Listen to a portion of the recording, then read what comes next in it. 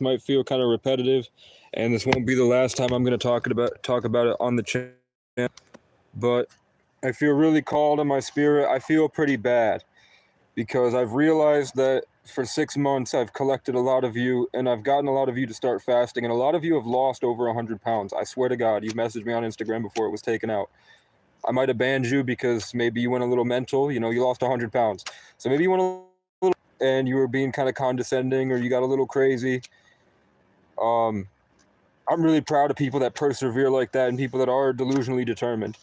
But I've also seen, in the short time that I got to look at you before I moved on to whatever I was doing, because my life is stressful every day, I saw that you did lose a lot of weight. But the last image that I saw sunk in, you looked a little out of it. I was happy to see the weight off you, but I realized I had not really provided an alternative of what to do next. I was sort of kind of building a pool of people that I wanted to keep, and I didn't want to publicize it. I didn't want to let everybody know that, hey, Casey does have a fan base. But now that I'm, consistently getting around 30 views, and I've already been approached by a member of some type of government agency that called out what I was doing directly, and he called some of my subscribers that were regulars in the chat out by name, warning me against what I was doing. I kind of took a step back, and I feel like I've neglected you, or I feel like I've kind of let you go, and maybe you went down the wrong way, and I have no way to see where you're at. So I don't want to feel responsible anymore for anything that might happen after, health issues, or maybe you went too far, now you're skin and bones, and maybe you broke a bone or something because you were like, I need to fast. Because I was saying that it's somewhere in Matthew, it says some demons cannot be eliminated until you reach a threshold of fasting, and that was taken out of the Bible because of people that were overdoing it, most likely. And maybe because, we have all the big pharma and kind of mind control through foods and GMOs and toxins, and our grandparents are filled with lead, or now we're filled with microplastics, you feel me? So I'm doing my vision board right here. I went out and bought a vision board. So I'm just writing my goals down because I'm in spell work. I told you I'm moving through communities that are very toxic and very stuck. I don't know why I heard the word disobedient coming from a lower vibration. I guess maybe these people are disobedient to the Lord. I don't know why this nice, pretty woman in the army is coming to me. There's a content channel that seems to be doing a tarot reading on me as we speak. So I'm kind of getting some of her channeled energy, or whatever you would call it, man. Maybe it's just, as the Sagittarius, I bring in who I need to bring in at a certain time, and that's why I'm the master, because I have access to everything. So I wanted to let you know really quickly, while you're still here, wake up, bitch. I'm gonna drink some caffeine.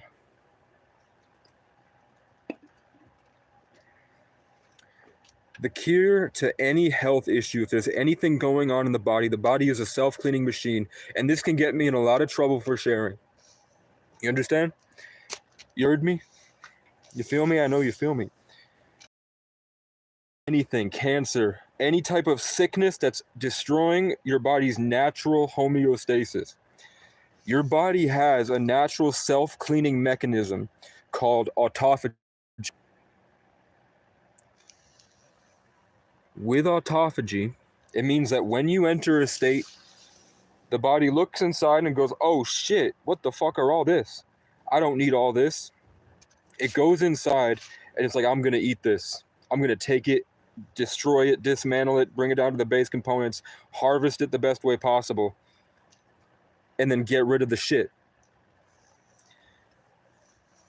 It can only get there if the body doesn't have other stuff. If your body's full of shit, if your body's full of food and full of trash, full of garbage, like the video, so it goes to a lot of people. I'm curing cancer right now. I could get killed for saying this. When your body has shit eating it inside and all these things destroying it, if you're continuously intaking garbage, the body will never get to that point where it goes into self-cleaning mode. So when I advocate for fasting, what I'm saying is that there's a certain time threshold when your body consumes what it has inside of it, and then it goes into a state called ketosis, where it has no sugar whatsoever, and it starts to go for the fats. And when it goes for the fats and the fatty acids, ketosis, that's when autophagy starts. So once your body is starting to burn the fat, it's also taking in the nutrients by cannibalizing the damaged cells, diseases, cancer, maybe microplastics, maybe bacteria, maybe some type of bioweapon that I can't mention, COVID. You feel me? Damaged DNA, it starts to go in and get itself back to where it knows it was. Also, that's why your hippocampus is being targeted by vaccines. And 5G specifically brings through the blood-brain barrier and it starts to attack your memory centers. So when I was doing the Super Soldier program, and a government agent approached me this summer, and that's why I haven't been doing it, and I've been kind of afraid to keep going with that until I had a larger subscriber base. But I'm seeing that I kind of left people hanging, so I'm coming back for those people. That's specifically this video is for the people that did the method that I was doing, and I stopped them halfway because I got cut off because someone was telling me don't do it. But I can't sit and think about that I was the catalyst and I didn't give you the way out. I got you this far and then you kind of got left. So once your body starts eating itself with fasting, so don't eat it all. Wait, like sleep for 8 hours. Don't eat for 8 hours. Then eat small meals to boost your metabolism. Then go to bed. And don't overdo it. Stay in a caloric deficit. You'll start to go. That's an easy way to keep your hormones going, your hormone factor, your thyroid. And also systematically start to dismantle all the disease. And then your body will start to harmonize, get itself back in. And it will be terrifying because traumas are literally stored in those damages and diseases. That's why spiritual people that go to clubs, or rappers, or people that do the witchcraft, like the people that go on Zerka's kick streams and they're famous rappers with a $100,000 chain, and they say, yeah, I sacrifice chickens all the time. We bring in chickens and we cut them open, let the blood spew, drink some of the blood smeared on us, do a ritual, and take in some of these entities. Those lower vibrational demons that they talk about in the Bible are stored in these disease cells. So they're literally not allowed to fast, and they systematically work to maintain that demonic force. And that's why a lot of people outside bars that drink are also smoking cigarettes. Even though smoking cigarettes has all these negative effects, they're being led by a parasitic entity. And I'm not allowed to speak about that. But the AI already knows what I am, It already knows what I'm doing. They're already watching. So that's the cure for cancer. I know somebody that was dying, disgusting, getting his guts ripped open every month. And they give we'll give you another month. Spending all of his money, he didn't have insurance. He had a multi-million-dollar company and all of his money was going towards keeping himself alive. True fact. And then I went into his life. He helped me get to college. I left. He helped me with some other stuff. I got through the brain injury. I kind of left him behind because he was suffering from his diseases or demons. And then, but I left him with the sauce right here, the teaching. Within 6 months of doing it, he's never been back. He's going to live a long, healthy life. And he had cancer that was going to kill him every month. But with fasting, he ate it, it dismantled. The next thing with your body needs to harmonize and be this functioning instrument, this instrument machine. Once you're fasting and you're taking it out, you need to start getting sunlight, the 5G towers, the light pollution, all the sounds of the cars are attacking your natural frequency of harmony that allows you to have cohesive thoughts. You feel me? So once you have like the video so it pops up in more people's chats. We can reach more people this way. Then, and this is where I talk about gang stalking and keeping me specifically and many others in a state of disharmony so that they freak out all day and they can't get back to the sense of peace. An easy way to tune your instrument and allow yourself to have more biological power to exert your will, to have a bubble of light. When people talk about inheriting the kingdom of heaven and all this stuff, and Archangel Michael and the sun and Leo and Zeus and all these people that we're talking about, that there's a literal God that's enhancing them. They're talking about the power of the sun coming through, and your bodies, like the trees, are naturally designed to take it in and infuse it into your system, into your cells. The scientific aspect is that it goes in the sunlight, it converts the fat with vitamin D to create testosterone. It goes in and creates adrenal triphosphate with your mitochondria, the powerhouse of the cell, and that creates the energy for you if you want to get scientific. But simple way is that once you're fasting, you need sunlight because that will take it in. And as your body's healing, that's kind of like, say that your body needs to stitch itself together because you have a bunch of wounds. The light is the threads, the string theory, right? Your own will and your subconscious is healing yourself, getting you back to homeostasis, which is embedded in your DNA to keep yourself your signature, your authenticity. So once you're fasting and you're getting out all this garbage, you need to take in sunlight because, like a plant, it gets into our skin. Literally, this is a solar panel, and it gets in, and then you have the power necessary to start working. If not, you're out of juice. So if you have fat while you're fasting and you're in the state of ketosis, when Bruce Lee talks about Kato's toe kicks to enter the dragon, he legally wasn't allowed, because he was probably in an industry cult, to tell you outright, get into ketosis and then get the dragon's breath. And that's the secret. So he said, I do Kato's toe kicks to enter the dragon. What that means is that if you fast long enough, you get the dragon's breath, where it smells disgusting and you have this weird taste in the back, this weird feeling in the back of your throat. That's your body literally ripping out all of the garbage. That smell is all the diseases and demons that was inside you. And whatever esoteric thing you want to talk about that ties itself to mass through you to parasitically pilot you and keep you in a state that you're able to be controlled, keeping you from raising your frequency and vibration, that's in your cells. So you're going to start breaking that up. And that's where I left it, is that you get the sunlight in, then you fast, and then the next part is that you take probiotics. And we're curing cancer right now. I could get killed for saying this, and the government's already come to me about it. You have shit in your gut. Everything here is designed. See this gummy cluster? Imagine that like your cells, and all the garbage is attaching to it, and that's writhing around in your body. Your gut has a natural billions and billions and billions of cells of bacteria that work as a factory, that when you take in foods, it's supposed to eat it up and digest it and get rid of the shit. The way they targeted us, one, is that your body really doesn't need sugar for anything. It's a made up lie. You don't need sugar at all. But if you want sugar, have it in moderation. But when it has sugar and you have these things that are in your body, these diseases eat the sugar first because it's a fast-acting food source. It's a fast-acting carbohydrate. So when you fast, when I talk about fasting, I mean you switch to the slow burn when you enter ketosis and autophagy, so your body has time to break stuff up and use it. But as well as the sugars, they have tons of stuff. Like if you look at the back of this, there shouldn't be this much. Look at all of this. This should not be in there. And a lot of this shit shouldn't be in your stomach. A lot of this stuff is just man-made chemicals that you don't need.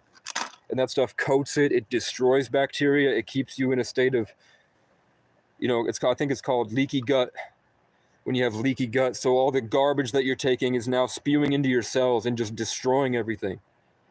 It literally, your stomach no longer has a solid line, so that all the shit that goes into your stomach just leaks out into the rest of your body.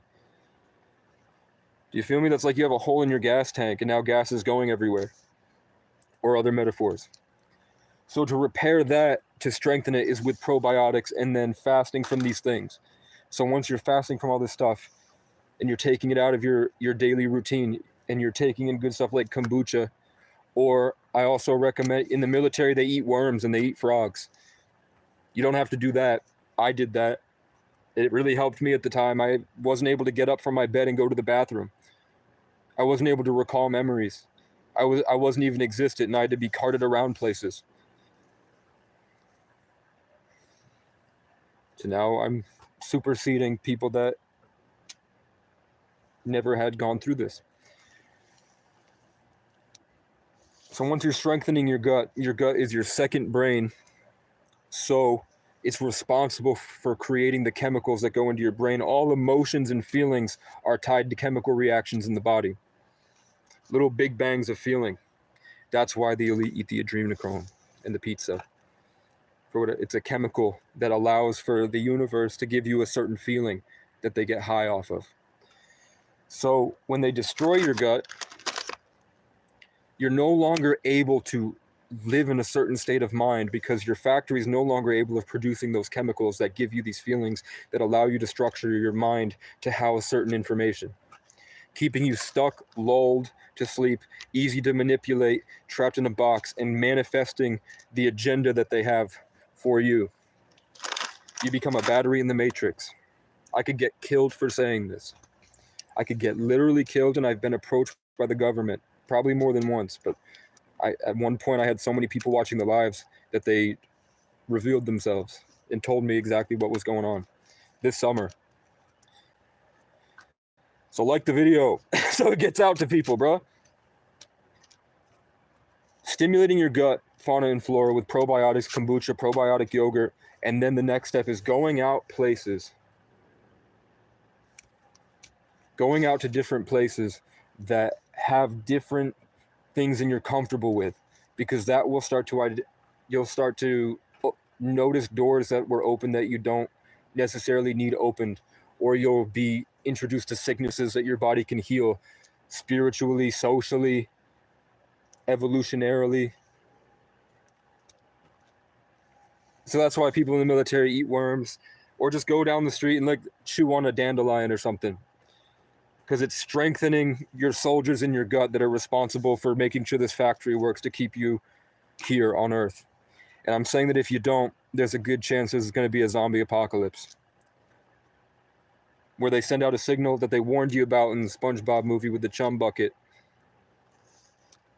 When they put the helmet on the people because they ate the burger, the Travis Scott burger, the Kai Cenat burger, then they put the helmet on.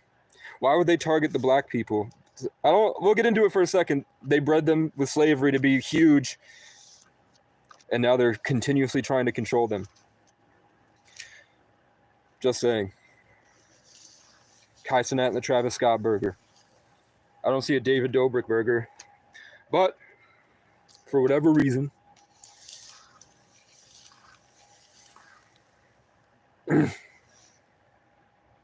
destroying your gut fauna and bacteria and introducing something when you're not able to protect yourself against it so that they can continuously control you.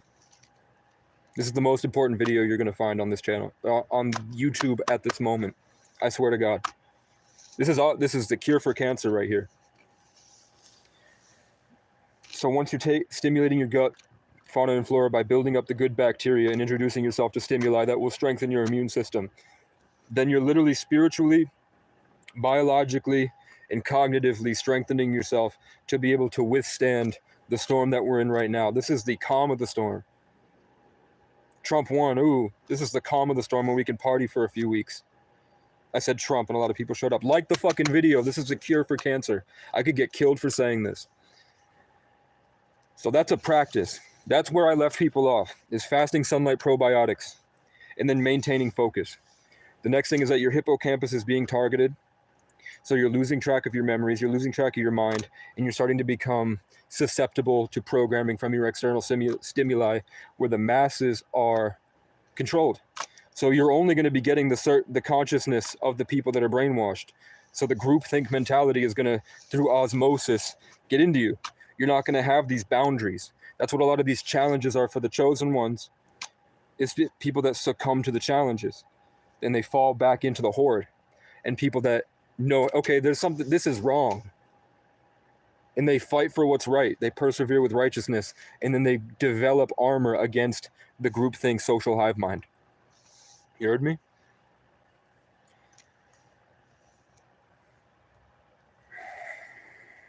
How are we feeling? I'm going to turn on all messages.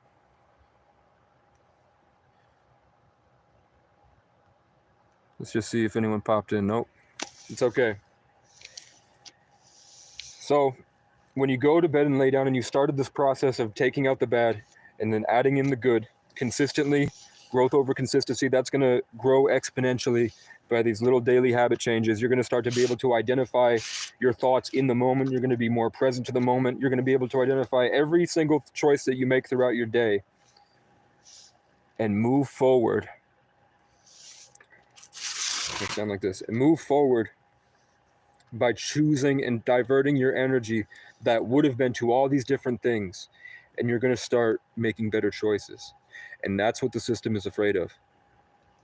down to the minute milliseconds in the present moment where you divert your energy into creating a better future for yourself and embodying a brighter, more loving sense of self, a sense of peace. You learn how to be compassionate and not controlling. You're not trying to harm your surroundings. You're not trying to help your surroundings. You're just there and you're allowing it to happen. You're in full acceptance of the environment and you're just here enjoying it. That's what they're afraid of, because that's going to erupt like a wildflower or like a tree of life. And that's going to be a reference experience for everyone that you pass by on the street, and everyone in your apartment complex, everyone on your block, everyone in your projects, everyone in your small town, everywhere that you go, and even the world through our collective consciousness. When you make that change and you're biologically allowing it to amplify your experience. You understand? That's what they're afraid of. Is just getting to the present moment and having the foundation necessary to start to create a better tomorrow and live in the moment. Okay. So we were on the hippocampus. When you're doing this and you're starting to create this peace, the secret to trauma healing, the secret to healing all of your traumas. They want me to put this on. The secret to healing all of your traumas is to use your memories as a reference of how you were before the trauma. That's why your hippocampus is targeted. Because when you start to put everything together, they're foundational building blocks that set up for the stream of consciousness of your true self to come back into your body. Are you with me so far? Who are you talking to, though? I'm talking to the people that watch later. It's the middle of the night. Sometimes I get 1,000 views. I'm talking to everybody that isn't in the spiritual community, and just anyone that needs this. I'm talking to the subconscious mind of the world right now, to be honest. Not to get so crazy, but I'm talking to the literal town while I'm doing this. With my will, there's truck drivers that are fat as fuck. I can literally see you. I'm a psychic. That are listening to me right now, sitting over there. And they like what they hear. Now they're a little defensive, which is warranted. But you need to hear this. No one else is going to tell you, and you're probably lonely as fuck, bro. Get off them lot lizards. Get Tinder. Lose some weight. He's laughing. So, as you're healing your brain, you're taking out the bad, you're adding in the good, you're stimulating your gut fauna and flora. You're starting to divert your attention towards making more beneficial decisions and living in the moment with more peace of mind against the attacks from the outside. You're building your strength and your character and your will, and you're going through transformations, and you're actually here on this earth. Everything you do will be exponentially greater. Every experience you have will be so vivid. It'll be scary how vivid it is. I'm saying to go back through your memories when you go to bed at night and you go through your day and you're just processing all day. Start to think about the past more, because that's going to grow. It's like, imagine you're like you're a tree, and then they took off the fucking trunk and you're just floating there. How is anything supposed to come from the ground at all? So once you cement back everything that you've been through, that's it's going to give you a better state of mind. You're going to have more, you're going to be on this earth more, you're going to be more grounded, and you're going to actually be here as yourself because you understand everything that you've been through. You're going to start to learn from your experiences. Now, and then the next step for just dismantling all that is that COVID really does block your blood-brain barrier. All the stuff in the food really does block your blood-brain barrier. I tend to smoke cigarettes because I like to block the blood-brain barrier, but I've already been through this for years. So I kind of know how to teeter in and out, and I don't want to give myself this explosive volcanic experience in a place that's extremely violent. Because I know that even just this, you've seen it on the channel when I show this little spark of light, how they immediately just swoop in on me. I've shown you it's like almost immediate. So I kind of, until I have like a guard dog and a place I can lock myself in, and a better means to get around. Because I told you, police have just ripped me out of the car before, just because I was making a perfect song, and I drove by and something that hit this fat, drunk cop got him so angry, he attacked me physically. That's what I'm talking about. But for people that have never been through this, you're going to need, you're going to need to break that blood-brain barrier. And at least, I know it's going to be terrifying, but this is your confirmation that the universe loves you and it's working in your favor, and that everything is technically divine timing. And there's so much more going on that it could be better than, what if it's better than you expect? What if everything is better than you expected? What if it could go better than you expected, right? It's all about what you focus on. And then as you grow, you'll have a centered, grounded reality. It's all about where you put your focus. Yes and no switches, domino effects, growth, individuation, character development. But to get through this blood-brain barrier, the simplest way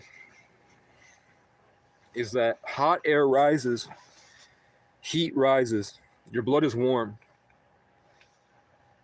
If you're not very active, doing these shoulder rolls builds up lactic acid. That burn sensation that you feel when you're feeling the burn, that's called lactic acid. What it does is when you're building lactic acid from working through your muscles, you're dislodging all the COVID garbage and all the shit that you've eaten, so the blood can start to flow and your factory's starting to go again, and you're back on earth and you're here and you're ready to fuck shit up and make a difference. Build the lactic acid in your shoulders so that it's the warm, nice burn is right here. And then jump into polar plunge or just go into a cold shower at the end of your workout. Let the blood go to the top of your brain, and it will be better than any high you've ever experienced. Especially with the other shit that I could tell you about using quantum mechanics to control the universe, to control reality. I could get you high. I could get you on DMT for the rest of your life. I can get you consistently pumping DMT into your brain so that you live halfway out. That's what most government agents are doing. That's how they're able to control reality. That's what soldiers do. That's part of their training, is to utilize melatonin and DMT production to keep themselves in a constant state of in and out of whatever realm you go to when you communicate with those beings. Mother Earth and everything else Joe Rogan talks about. That's a big secret. You can try to go that way on your own. I don't know if I'm going to, that's probably going to be a paid course. That's going to be a course I'm going to charge at some point. But for now, the foundational stuff, which is, halfway in and halfway out, daydreaming can get you good enough. But the ability to even do that comes from taking out the bad, adding in the good. Calling back your memories to remember who you were before the trauma. Gaining your righteous sense of authority by understanding how people are trying to manipulate you and creating boundaries. Then daydreaming for a better tomorrow and taking consistent action to make better choices in your life. Just kind of look around and look at things that are going wrong in your life, like a messy house, or, your cat seems to be sadder than you remembered, so you just spend more time with your cat. You feel me? Those good choices will start to break apart. And then with the blood-brain barrier is just getting the lactic acid, feeling the burn, hopping into a cold shower so the cold pushes the blood up past your brain. And that's you might fall over dizzy, you might have a panic attack for 6 hours, like I used to do. I used to panic for hours because I had so much trauma as a child that this broke me free from. And there was a lot of other things that I won't get into, gang stalking and spiritual warfare and stuff like that it was terrifying, but it was necessary. I wouldn't have been able to do anything because I wouldn't have recognized that there was a difference. I wouldn't have been able to see the contrast between the inner world and the outer world. I would have been a slave and victim to the matrix. I wouldn't have known that I had the ability to use my mind and structure my mind and live in my inner world. And then all the cool stuff that happens after that. The sex I would have had would have been trash if I didn't have this knowledge. You understand? So once it's past the blood-brain barrier, you're going to start clearing out because your blood will be flowing. You're going to push past it. You're going to have the ketones, the lactic acid. Ketones is when you enter the dragon like Bruce Lee and you're in ketosis. It's kind of like a It's a cleaner that goes through your body and gets it all out. It dislodges all the trash. Then I said you're taking in the sunlight, you're bringing back the good memories, you're choosing the good vibes, you're becoming a conscious co-creator of your reality by using your mind to daydream and manifest and actually have an opinion on things. Then, and this is where I left him off for real. Let's see. Crack is pretty competitive. I mean, everyone, like all these people talk about crack as a performance enhancing drug. It just destroys you in the long run. Most of the people, if you're on YouTube and you have content creators that you idolize that are over 1 million subs that aren't pastors at churches, there's a good chance they all do coke and they go to clubs and they have a lot of sex and they believe in the devil and they don't care. Like a lot of famous rappers have gone on kick streams and admitted to doing ritual blood sacrifices. It's a club. Like 50 Cent, you can find me in the club with a bottle full of bub. That's what he's talking about. If you never had these experiences, you have no idea what I'm talking about, and you're at the whim of a system designed to fill you with misinformation and then destroy your body so that you're not able to feel, is it called the divine spirit? Authenticity, your true self. So you just become a programmed bot, literally. I've never smoked crack, but I've had to kill people in self-defense, and I've had to fight for my life since I was a child. But I've been living outside for 10 years, around crackheads, and I'm an empath, so I understand where they're at. I can smell crack off somebody's skin. That's the level that people can get to with this. So, if you want to move into the esoteric stuff, like the video, and I'll start to share with you some secrets, some real secrets. This is already enough this guy already has killed Dr. Sebi and Nipsey Hussle. The information I shared in these 32 minutes have already gotten Nipsey Hussle and Dr. Sebi killed, because in 2018 they were both trying to push this information before COVID. You understand? Before COVID happened. Fuck you guys for not liking the video. Before COVID happened, if people had already taken this stuff in, it would have never happened, because we would have been able to be consciously aware of what's going on. They wouldn't have had all these souls that they were able to brainwash and control when we were in isolated bubbles when TikTok was introduced. You understand? And 5G was introduced. They wouldn't have been able to round us up and then systematically change our paradigms and our belief systems in their agenda. We would have realized that we can do anything and that everything is pretty much acceptable. Stay tuned. Okay. So that's where I left people. What I didn't tell people is that after that, you can't live like that forever, constantly destroying yourself, breaking yourself down to the foundations, living in that emptiness, where you are strengthening your immune system, but you're also destroying you're atrophying your muscles. You're not giving yourself the chance to build back better. You're just constantly taking. You're stuck in that destructive state, which is great for removing all the literal demonic disease in your body. But the next stage is that you have to start eating. You have to start eating, because you won't understand the feeling of being at peace, unless, like, I know when I was fasting, I mean, I remember one time I was doing this so heavily, and I was receiving downloads from the universe, and I was upgrading, and I was living in spirit. I was with God, the Great Spirit, whatever you call it, the Tao Te Ching. I was outside. I was a warrior going across the country and waking everybody up. I was on South Beach with 100 autistic guys getting bitches. I was in West Virginia helping families and restructuring a church and just embodying this spirit. And I was helping everywhere I went. I was helping people every day. I loved to charge into gas stations and flirt with the cashier in front of all the diseased fat guys to show off how it feels that you could be this, and I was fucking bitches and getting money. Made a lot of money on Doge. I built a kingdom. I built an empire off the truth.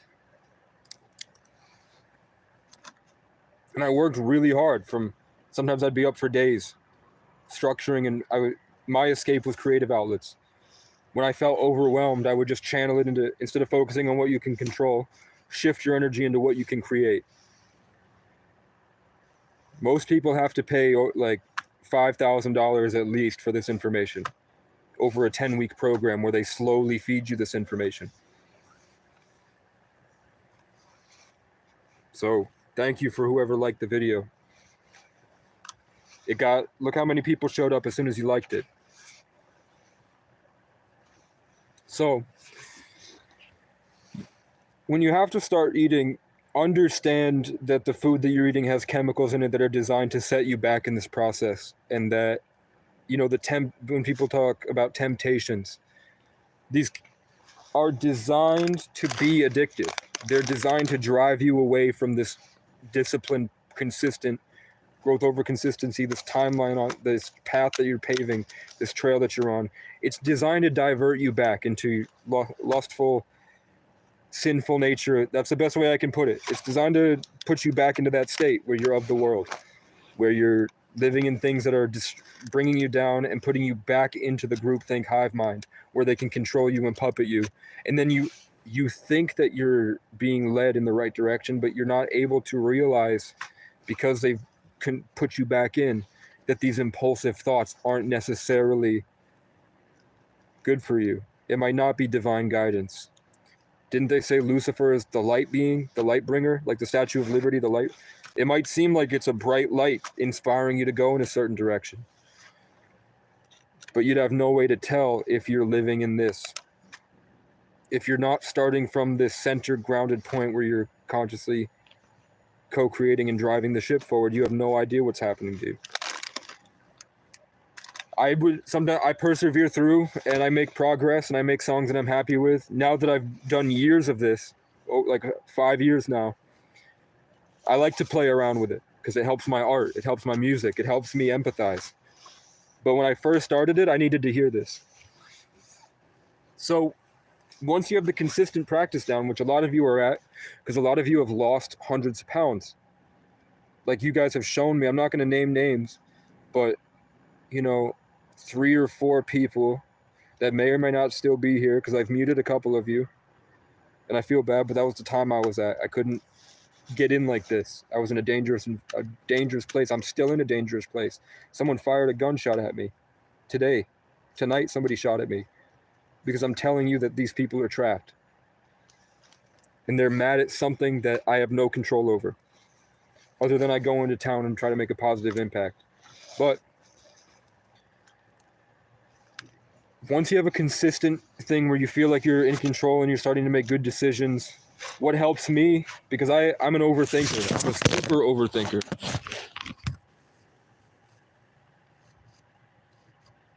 You feel me? I've killed 2 people in self-defense, bro. But it is all right. I just feel bad for y'all. Listen, when I'm overwhelmed with all these thoughts, I put it down, because for me that feels like, when I have something that's centered like this, something that's stagnant, that stays in my mind all day. Other people I know, talking about OGs, one of my OGs, come on, baby, I want to charge my phone. One of my OGs, D'Angelo, he runs a gym. He is a business owner, and he's a coach. He's a professional football coach. What he does is he keeps every day, because he has all these thoughts, because he's running multiple businesses at once, and he's training kids one-on-one in mass, and he's running groups that are creating D1 athletes. So he has these side quests where he puts 3 rubber bands, and he writes on the rubber bands every day. And then he got to a point where he doesn't need to write it. At first he wrote down what he needed to do, and then he would take off the rubber band and put it on this arm when it was done, and he didn't have to worry about it anymore. So he could make sure that he was going and doing 3 things a day in progress away from his centered life, so he didn't have to worry about it. So that's why I keep tons of journals, tons of songs. world will constantly be trying to get you away from this because people are afraid of these breakthroughs that you'll have. You'll ascend to a place where you'll embody a way of life that will be so scary to people that aren't ready to go down this road. And they'll attack you. It's like they're shitting in their hand like monkeys and throwing it at you. Or when you get to my level, they'll rip you out of cars and shoot at you in the woods and try to track you down, obsessed with you, stalk you. I've had people sit in my parking lot drinking for days, where every night it was a daily habit for them to come to my parking lot and stare at me through the window, thinking he's spiritually attacking me, literally. And I'm not even there. I'm down in West Virginia. That's happened. And he was fucking my ex-girlfriend, obsessed with me fighting with her. Because I left her to go down to Miami to teach autistic men dating skills and to meet my childhood heroes and fuck bitches and get money. So that's gonna happen. That's gonna happen. Can you see that something is knocking my phone down? Phone's fine. Reinvigorate. Yeah, it was just negativity hit.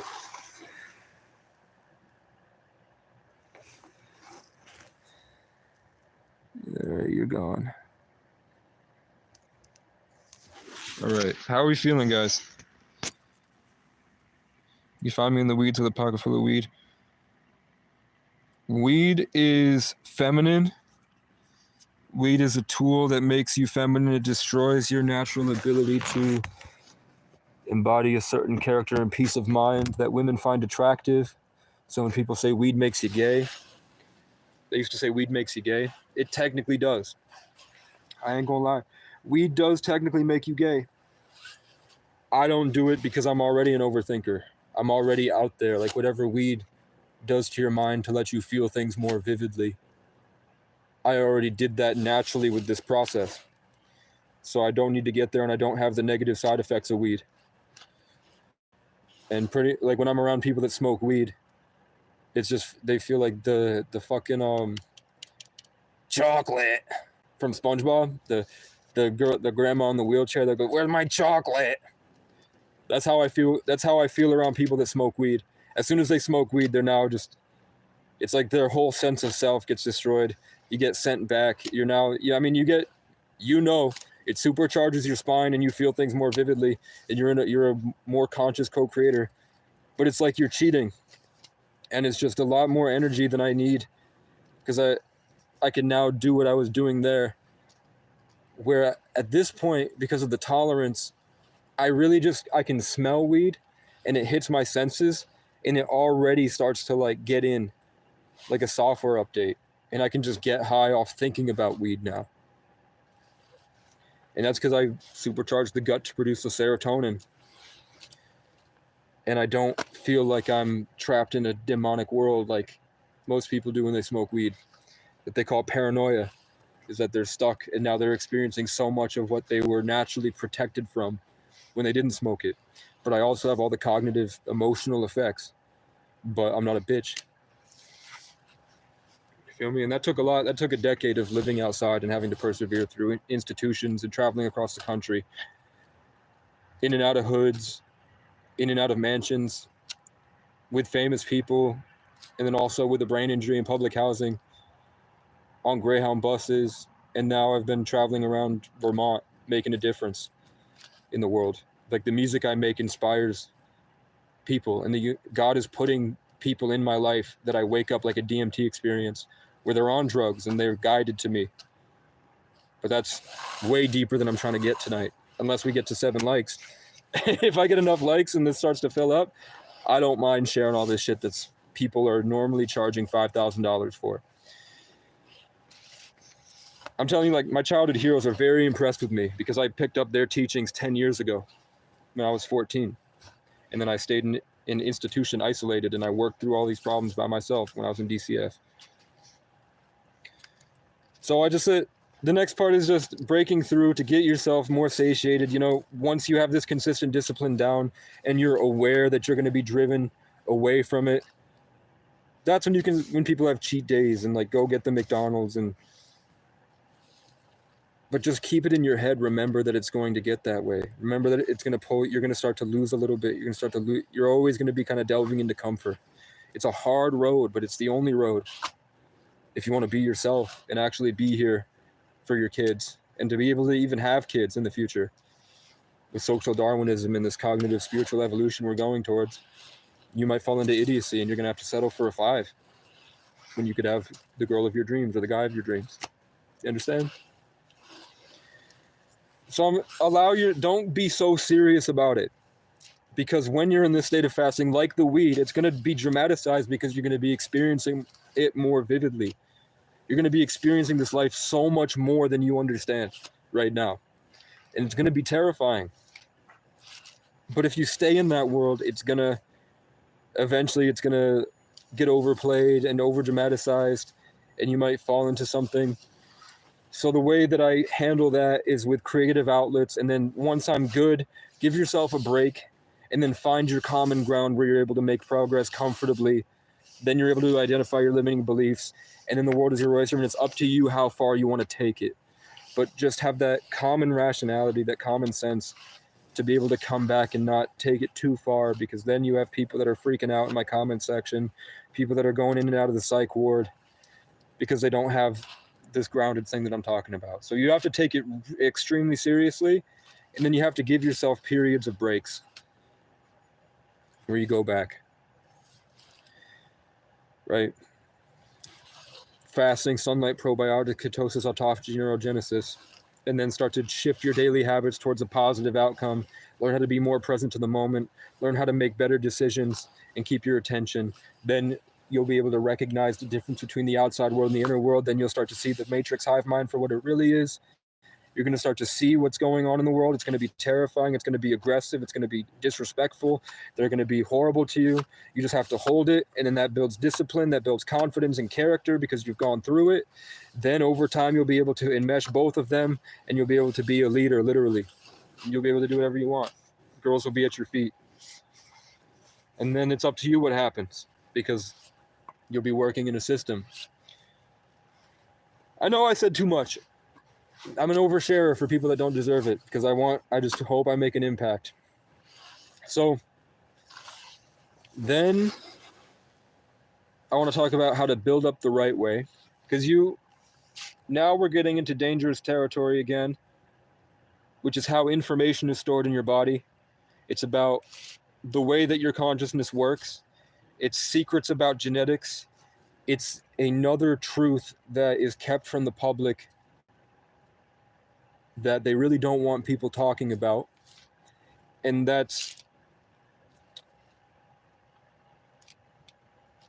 the structures of your ancestors' mind, the structure of your mind, the skills that they learned through the experiences that they went through in life. Talking about collective every single day of their life from when they're born until when they died.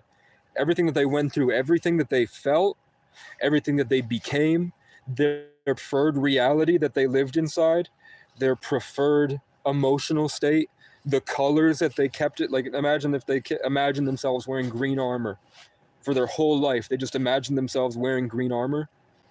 Imagine yourself wearing armor. If they kept that in their head long enough, even if it's just a little bit, all of that information, which could be registered on a computer into a hard drive, it's registered into the hard drive of your DNA. You're literally, this is why people say it's a God dream and an ancestral simulation. Partly is because everything that you've been through up here, everything that you've been through, everything that your ancestors have been through back until whenever we started this is in your DNA. That's why they carted us into COVID, public housing lockdowns, and then fed us TikTok. That's why they want us glued to our phone and eating all this shitty food. That's why they don't want us to talk to each other. That's why they're creating division.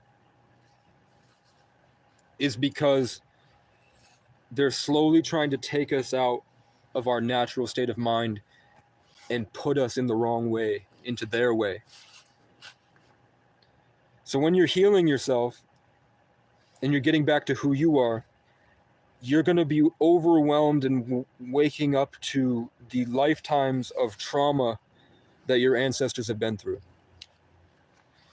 And that goes, and this is a sad truth, for many people across the country, 2 generations, not maybe 3 or 4 generations ago, their entire day consisted of waking up, beating and raping another race, other races. A lot of people, their ancestors, not that long ago, were waking up every morning, and all they had to do was leave their house, take their slaves out, and do whatever they wanted to them. I think that's kind of registered as entitlement. I think that's kind of registered in a lot of the people that I'm seeing when I'm running into French people and the white people of this area. There's something I could tell that I didn't fully understand until I got to that truth, that maybe they've been raised to believe that they have the comfort to be what they called sophisticated, but they also had this need for control. And that's caused them to be in this constant battle with each other for power games.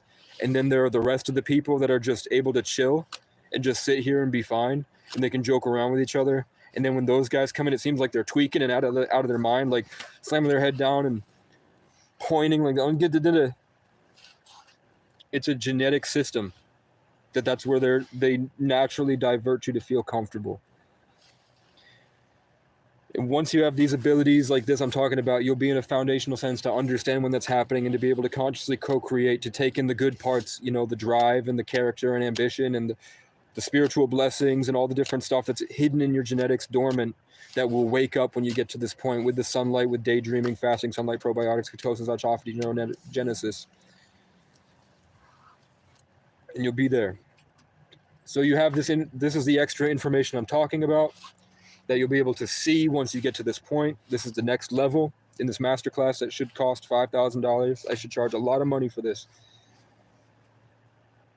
The way that this information gets back into your DNA, I talked about how to harmonize yourself to get back into a sense of comfort so that you can actually start forming an opinion and being yourself and being a co-creator and understanding your inner world and allowing yourself to feel your full range of emotions, and then start to do what you want to do and start to lead your ship in the way that you want, instead of being a slave suffering to the programming of the outside world. Like the video so it gets to more people. Love you all. Trying to wake up and save the world here. This is information that can get me killed. The way to store this is when people say be water, be living water. When porn stars talk about how wet it is. When in the Bible it says that when the demons were cast out, they were forced to live in the desert where there's no water. Information is stored in water.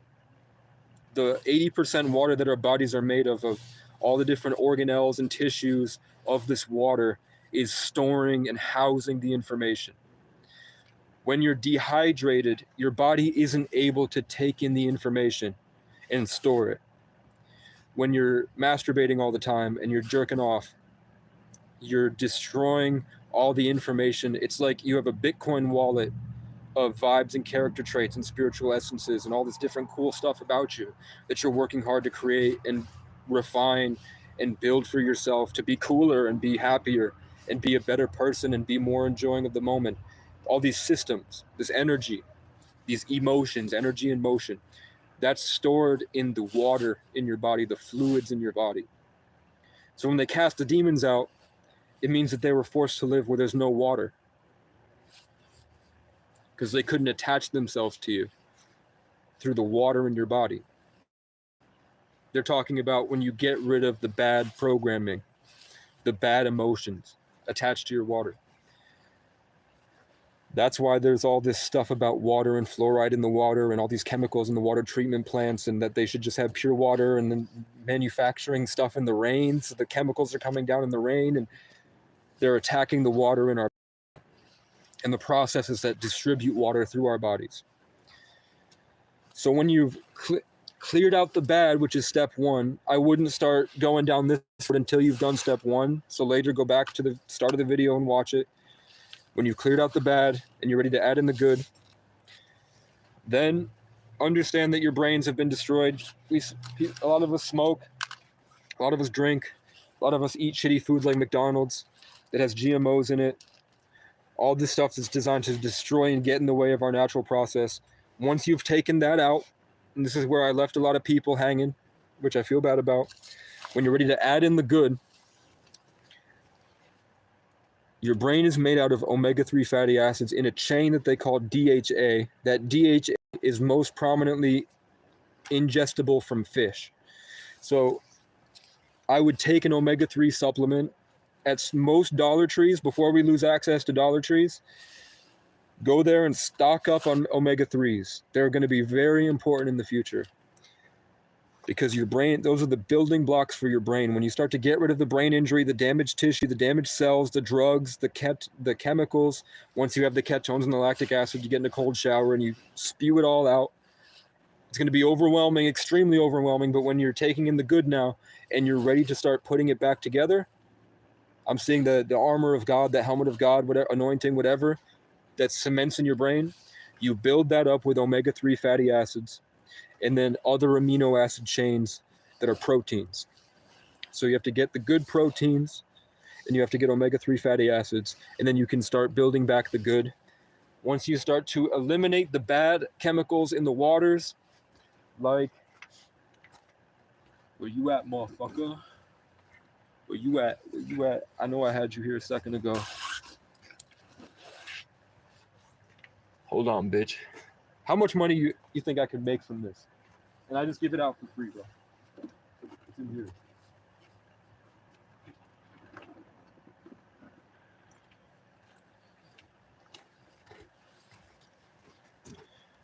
Once you learn to take in good water with a good pH balance, and it doesn't have the bad stuff in it, like this, which I'm consuming because I have to work for a lot today. It's going to be 16 hours of work today. You feel me? What I would normally do, if I had money, which I don't, so I stole this, not gonna lie, is I would get the pH water, the gallons of pH water, and then, it's a good thing I did this, I came prepared today. I at some point, I'm gonna start to exodus my subscribers, get them on food stamps, and then get them out, and then get an online business, which is what I recommend for everybody. You wanna talk about G shit? People here saying you're not a G. I would go in and get the water, and then I'd spend most of my food stamps just on protein sources, which I'm gonna have I'm literally making a program. And then I'd get the stuff with caffeine directly from these, and then I put these in the water, and I drink that with the omega-3s and the multivitamins. This is why I'm under attack. What I've said alone has killed Dr. Sebi and Nipsey Hussle. What I've said here could break everyone free to something that we should be spreading like wildfire. You should be subscribing. You should be getting in. I wish I could do a paid program just so I can get enough money in my pocket to build a caravan so I have a safe place to go, because I'm fighting people to the death out here. This is the Wild East. I'm getting like beaten up by police and there's nothing I can do about it. And I had to make a YouTube channel to defend myself from police that would just come up and beat the fuck out of you. Coincidentally, I'm talking about pioneering stuff. People have figured out that you can record them and get a class action lawsuit. Vermont's going under. In Delete Laws every month, he's posting new videos of police that were just tracking down homeless people and beating the fuck out of them in their tents. But people now know to go live on Facebook, get it recorded. So a lot of these cops are going under right now because they used to just kill people. When I made this content earlier that I was talking about getting targeted, the cop that was targeting me is going to jail because he got caught. He was planning on killing me because I caught a state trooper raping somebody. And I publicized it on YouTube. So believe me what I'm saying. So once you have a consistent diet of protein, which I might outline in a course, for most people, I would just say I recommend eggs because that gives you extra vitamin D and cholesterol. Once you're fasting, you take that cholesterol in, the cholesterol with the sunlight, and definitely go back and take notes. Watch this over and over and over again. Cement it in your mind because it's going to be really important in the future to know this information. This is what RFK Jr. was trying to be silenced about. They were trying to silence him for this. So I would say eggs every morning. I would just I hard boil eggs and I put spicy chili powder on them, and I just eat the hard boiled eggs with different sauces. And I had the caffeine water, and I would train. I used to train all day. I was a huge bodybuilder, so I would do that, and then I would go run. I go on runs. I go get sunlight, and then I was central in the community. There was like hundreds of people that would come to my house to party, and me and my cat would sit there and work through the mass emotions of the town. But that's at a higher level. So to bring us back to focus, when you get the protein, meat isn't terrible for you. The thing that people are talking about with meat is that the water in the meat and then the stressed emotion of the meat when the cow died or the chicken died, that feeling of, oh my God, that's infused in the code of the DNA of what you're consuming. So when you take in that DNA and you're ingesting the literal code into your literal code, you're consuming it, you're going to feel subconsciously, you're not going to realize it, but you're going to feel what the animal felt. Spiritually, physically. That's why they used to, the Aztecs and all these different cultures across the world that would cannibalize people, and they felt that they were consuming the power of the animal. They literally saw the spiritual essence of the animal in front of them when they killed it, and they felt it embedded in their system when they ate it. That's why they used to scalp people and eat their brains. That's why they used to do human sacrifices to give the energy to a god. You heard me? Like the video so it gets to more people. I'm saying things that can get me killed. Secrets that they really don't want you to know. And I've been approached by the government before to tell me to stop when I hit a certain amount of subscribers. So, taking out the bad, adding in the good, reinvigorating your memories to break through traumas, building this foundational understanding of the difference between you and the other people's mindsets to strengthen your character and allow you to consistently go so you can break out and be your authentic self and get bitches, get money, live the life that you want, actually be able to have kids with the girl that you want, actually be able to be here on this earth and be yourself and enjoy life without eating any type of drugs. Then you start to take in the protein. I recommend the protein from eggs because that's the healthiest choice, to get all the protein plus the cholesterol. When you're in the fasted state and your body's gotten rid of all the fat, the cholesterol from the eggs are really important because it takes in the sunlight and that converts with the adrenal triphosphate from the mitochondria that goes in and creates ATP. So you're going to explode with energy, literally. You're going to be this giant shining light, and it's going to give you the testosterone that the world is lacking.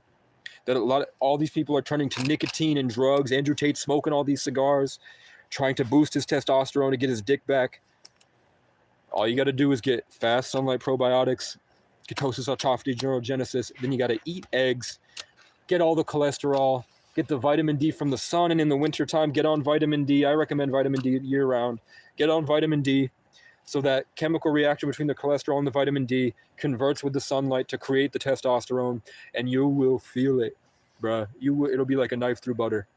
You will feel it. Like the video so it gets to more people. We're saving lives here. You feel me? I love y'all. This is $5,000 worth of information. The cheapest course that I can find that will give you a sort of hint at this, but the guy's afraid that his kids will get killed. My family's gone. I'm by myself. I got nothing. I got nobody. I'm not worried my kids are going to die, so I just tell it outright. I got balls, bruh. And I'm telling you how I got balls. So, I would already go back and write all that down. I got this from the dollar store for $1. Just keep it on the main page and keep it if you have the privilege of having an apartment. Be grateful for that. Understand that this is how you're going to be able to fight back against these overwhelming emotions of the people in your apartment. And it's going to give you the sense this is the only chance you're going to, at some point, either we're all going to break free or we're all not going to break free. I'm giving you a chance to break free now and be brave and live a legendary life so that you can look back on and tell your kids about this. This is the escape. Like, a lot of you probably prayed for this. This is a moment a lot of you probably prayed for. This information, this secret, occult, valuable information I'm talking about that's hidden from the public, and the government has killed people for coming out and speaking about on several occasions. And it's so simple. Now you're building yourself back up. You're healthy. This is when you get into the real spiritual warfare. This is when you get into the literal gang stalking, the systematic attacks. Because what you're embodying now is going to be terrifying to people. They're going to be seeing death in you. They're going to be seeing this overwhelming feeling that the world's going to end because everything that they're hiding from in their life, you've accepted and you started to work through.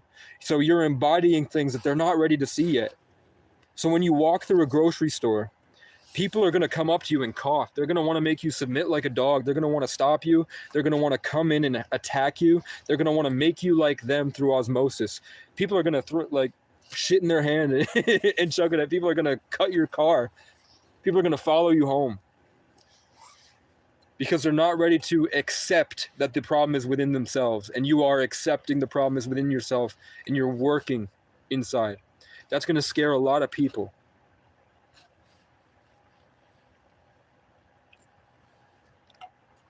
And that's how you learn to realize they're going to be like that either way. You're going to have haters. It's okay. And it's strengthening you. I love it. Now that I've been through this, I've been through this for years. I love going in the grocery stores, knowing that they can't touch me because I've built this foundation.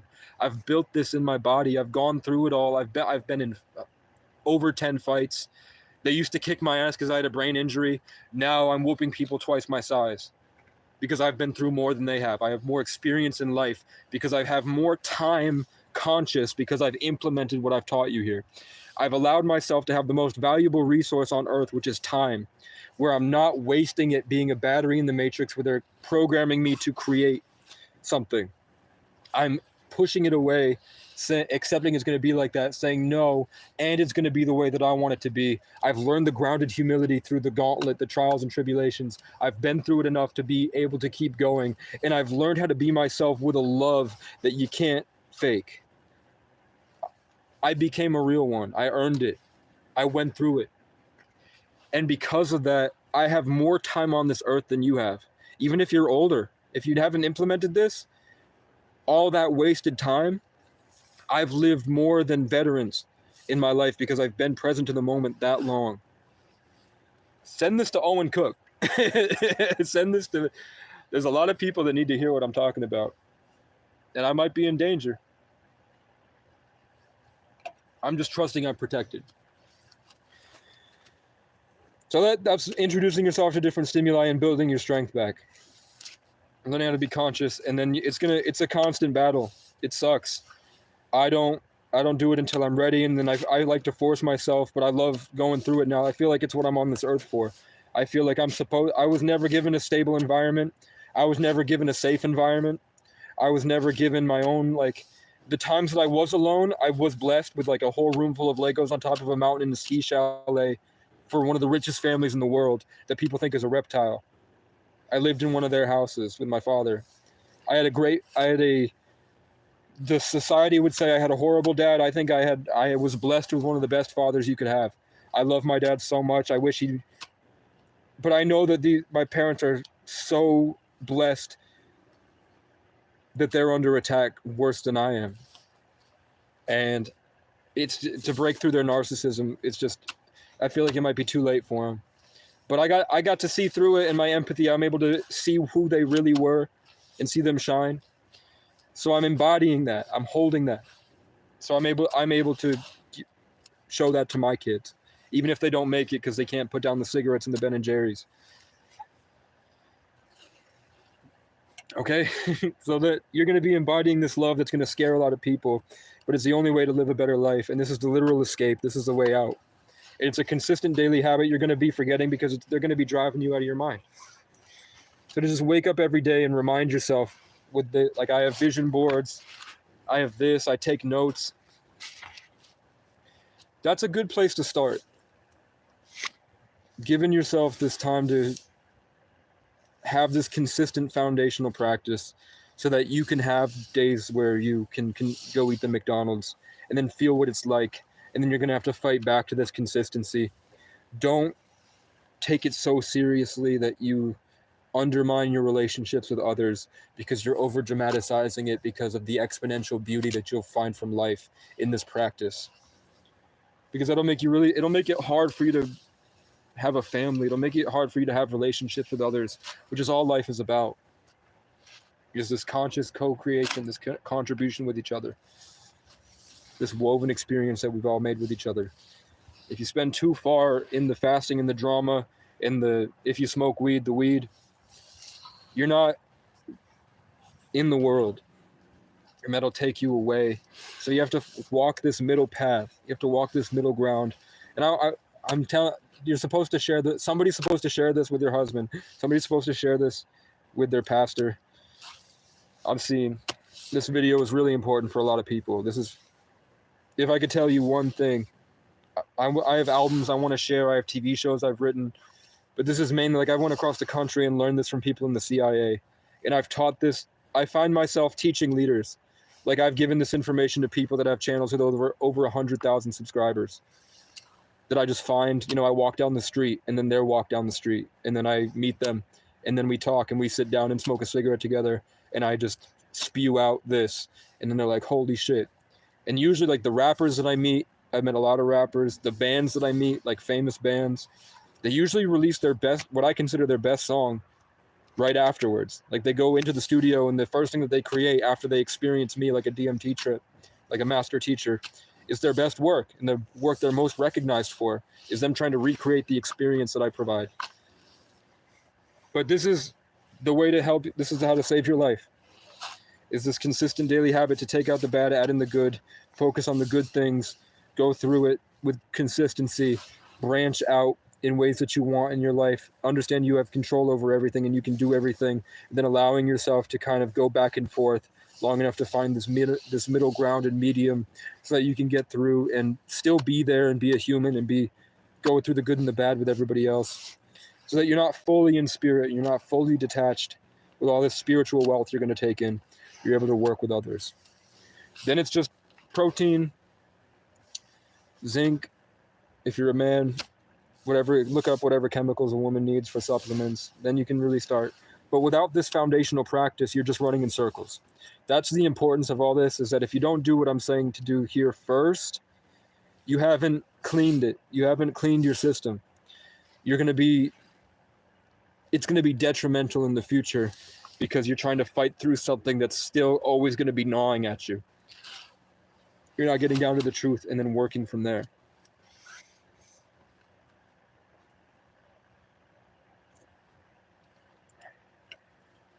The next thing is relationships. This is the foundation of life. Here's some sauce. Everyone liked the video. When it gets to a certain amount of likes, I share the secret sauce that I could get killed for saying. The really important stuff so that it hits more people's screens. I'm working through a lot of systematic stuff that will literally save the world here. It's stuff that the government has killed people for sharing before. It's stuff that shouldn't be syndicated like this. What they're doing is giving off little bits and pieces, and the revolution isn't televised. So they all get together in secret, these content creators, and they leak out a little bit at a time. And they have certain things they're not talking about at the time so that they can slowly work the world up to a certain thing. And I'm just giving you everything, which is very dangerous. So like the video, fam. I'll do it when somebody else like it. When it gets to 8, I'll say it. It's important. Murder grams. Let's see. That's what I'm talking about. Because you're going to have haters. I had a really long conversation the last time I was in jail with an African immigrant that got picked up for walking while black. They got him on jaywalking. They blamed him for stealing something from a store that I know he didn't. And we were both in there together. And he wanted to start a YouTube channel because he found out I was making money from it. And I told him that they're going to have haters. There's going to be haters. The whole time. It's never going to go away. And because you're evolving and growing and gaining knowledge, it's always going to get harder. But you're going to get stronger. Come on. Okay, we're going to take the charger off for now so I can put you here. Okay, we hit 8. Thank you. See how every time somebody likes it, it bursts through and more people are reached? That's how the algorithm works. When you like the video, it extends it. It's like interactive experience. It only spreads by the interactions of the people watching. We're both in this together. And it's information that could get me killed, bro. So the next thing I'm talking about is that, and this is secret stuff that could be used for the wrong reasons. So I'm trusting that everyone in here, fuck you. Come on. Yeah. Right. It's all right. It's a good, but that's okay. Is that relationships never end. Even if you say goodbye to somebody, it's just how you left it. The relationship is there. You didn't break up with somebody. You decided that you're going to have this relationship to each other, and you set it to be a certain way. Relationships are like emotions where they're constantly changing. Every day, every minute, every moment, your relationships are constantly changing. Even if you're not next to the person, even if you've broken up or the person has died, you're constantly changing. Your opinions are constantly changing. Your perspective is constantly changing. So thank you. Your relationships are always evolving and changing, just like your emotions, just like the world. It's nothing is ever set in stone and set in place. Even if the person has died, your relationship with them is always changing. You understand? So even if you left things on a bad note, and that person is very far away, because we live, people say it's a small world. Because we have a collective consciousness, the signals between you and that person in your everyday lives are always evolving and changing. So as you're doing this, as you're getting better with yourself and you're healing your perspective and you're doing more for the world by going through it with this practice to help yourself and help your inner world, because you're changing for the better and you're getting better and you're healing inside, you're rising above all the negative emotions and the negativity and all the garbage that you're living inside, your miserable little lives, whoever you are. As you get better and you start to change your life, your relationships are changing. The connection you have with others is changing. Every good decision you make, because I've met people all over this town, and I've met people all over the town before it when I traveled through there 2 months ago, and then 2 months before that I was in a different town, and so on for the past 20 years since I was born. When I was 24 years ago, I've met how many countless people that we've had this exchange between.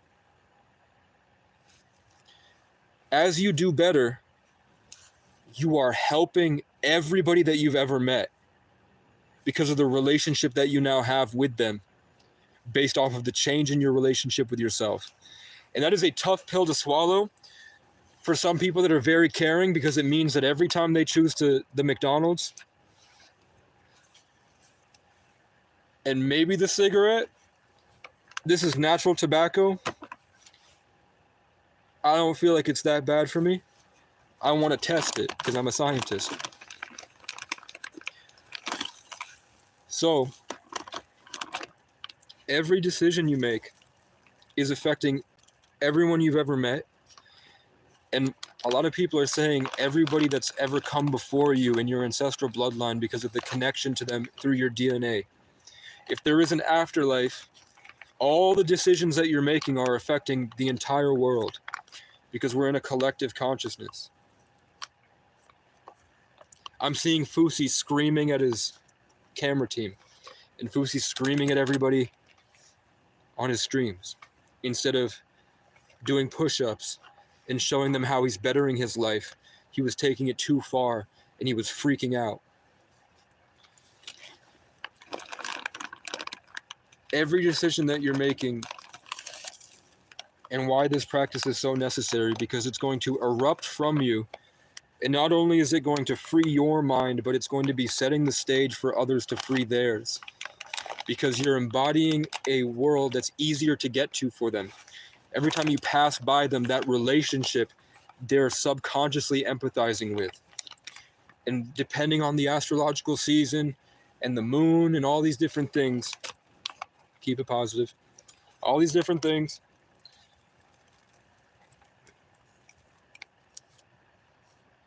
you're preparing them and literally lighting the way for them in the future, because you're letting them know that it's possible. Because a lot of people, like I'm seeing when I go through these small towns, is that they don't have this. They don't have role models. They don't have access to understand, because it's rare. It takes years of work. And a lot of the people that have gotten to this place, the real ones that have been through it, they're a rare breed on the earth, and they're a rare breed in these small suburban communities, in small towns and rural areas, because they stay in the cities. And they apply their knowledge and they become millionaires. They go down to Miami and they party. These people will probably, it'll be a lot harder for them to come across people like me. But I'm building a relationship with these towns, and they're attacking me. Like the police there are people that are so down and out with their bad habits that they're coming for me and attacking me. And I made content about it today. It happened last night. But it's necessary. And if you don't do it now, I worry that there will be a point where you can't do it, or it's all going to happen at once, like a rapture. Because everything that was prophesied just came true. All the different religions' prophecies have come true. So we're in it. Whatever it is, whether it's, how many people are dying right now to war. So I gave you more time on this planet. And I gave you the ability to find your own way. And I gave you the bravery to pave your own trails. It's all your daily habits. You have more time with your kids now if you apply this. And it's dangerous, and it's going to be scary, but I've also let you know that you're not alone. It's a hive mind. It's a social media, artificial intelligence hive mind that's taken most people. And there are a lot of kids that don't know the difference because they've had their iPad since they were born. So for the ones of us that grew up without internet, I grew up out in the woods on a ski chalet on top of a mountain, and I had an entire abandoned ski resort to myself and a whole room full of Legos. And it was just me and my dad. Gary the Legend O'Brien. And I have 2 bloodlines that the people that own the world, the Rothschilds, have. So I have the ancestral bloodlines. I have everything that they value. So believe me when I say, like,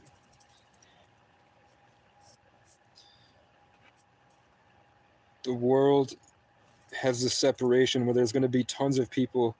I'm seeing this girl. Do you remember the video when,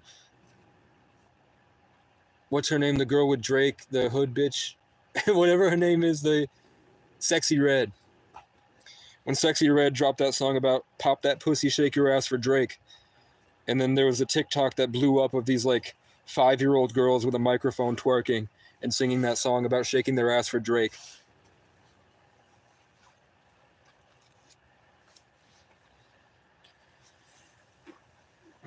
They'll have no idea this exists because they'll be so enmeshed with the technological, technocratic society that hopefully Trump and Elon and all that's trying to break up.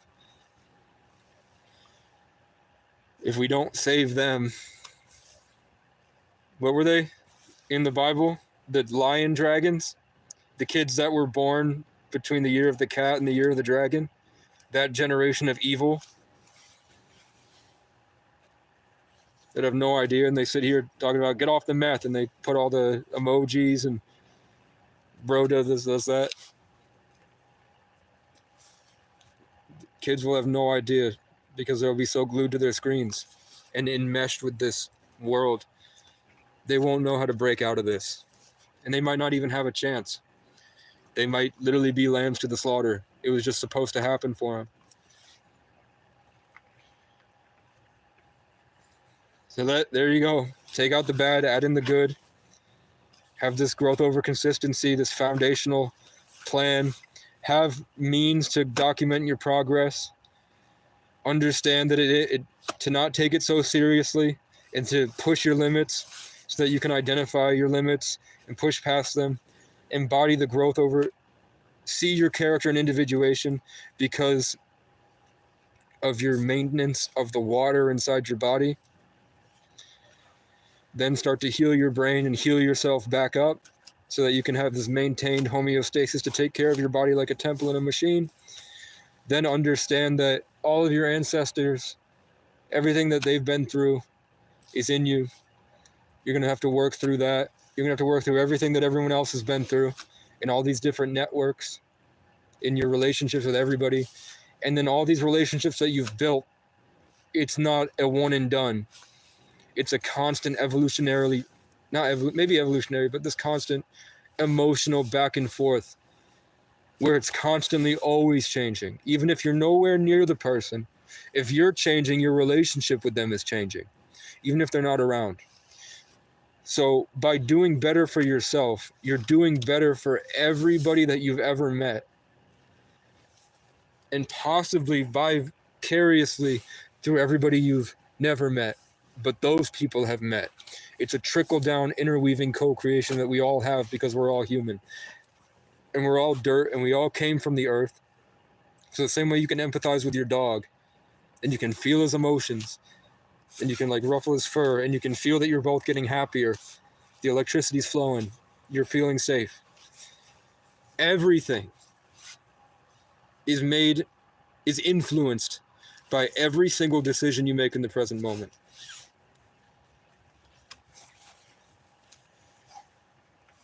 And if you don't do this, there may be a chance, like a Rapture scenario, like a SpongeBob movie Chum Bucket scenario, where there's no coming back.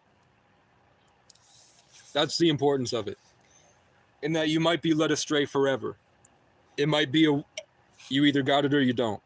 It might be this is all a challenge to build you up to the rapture. And then some of us, like the meek, get to inherit the earth and go off and live in this blissful life because we went through it. And then there's people that will be stuck with the bad code and they're forced to go into the lake of fire where they're purged. The bad code that can't come with us to the age of Aquarius through the Kali Yuga.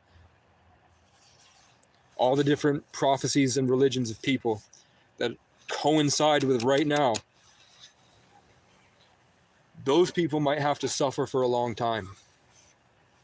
So I just opened up the ladder to the heavens for you. You feel me? I know you feel me. I'm not jerking myself off when I when I talk about this stuff. Imagine what I'm not telling you.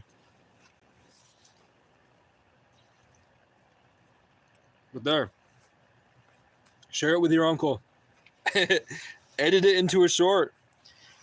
I don't have access. If you want to contribute, my Cash App's in my channel description. Otherwise, I'm just going to keep making merch. I'm going to keep going. We're in a very important time astrologically with the supermoon, where it is like a rapture scenario. So I figured, regardless of whatever I've done with my life, I at least wanted to come out and give as much people this as I can. I'm going to read the comments now. I know when I have this positivity, it brings in a lot of hate. So I was just waiting. People that want to build this negative relationship.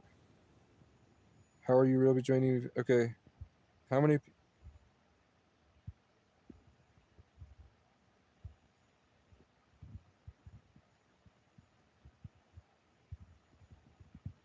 All right. I'm okay. This is a stream. I'm here. I just don't give a fuck. I want to get it through to y'all. I've kind of given up on building relationships with the chat. I've done this for like 6 months now. I've been a YouTuber for 2 years now. I have over 1,000 videos. Go vegan.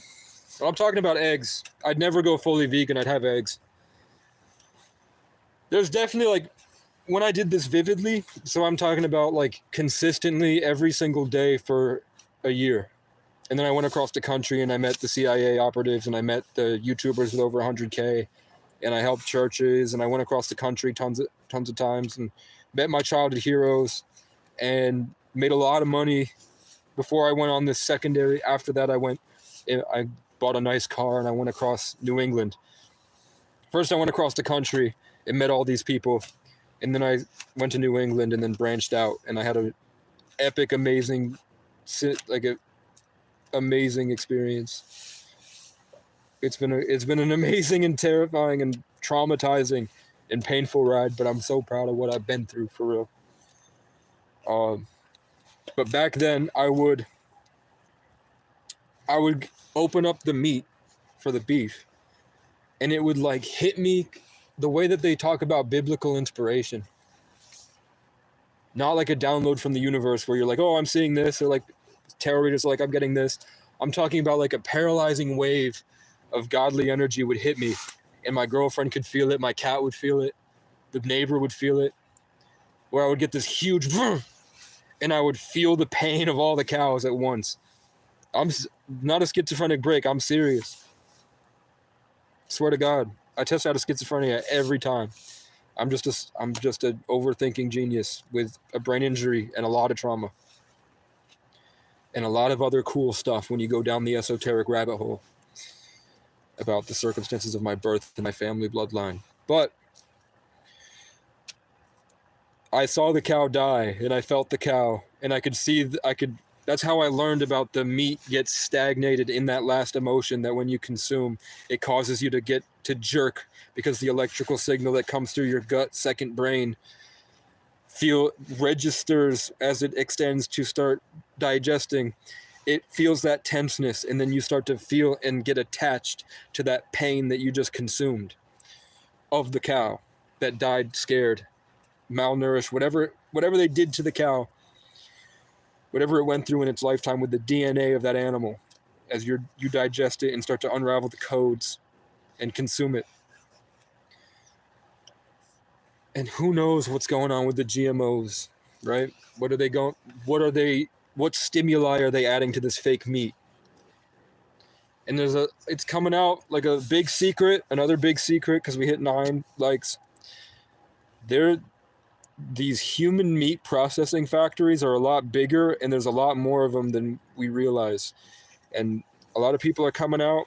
So we have, for the silent revolution that I shouldn't talk about, if you pay attention to live streams, which go on for 12 hours sometimes, of these famous kick streams and famous live streams,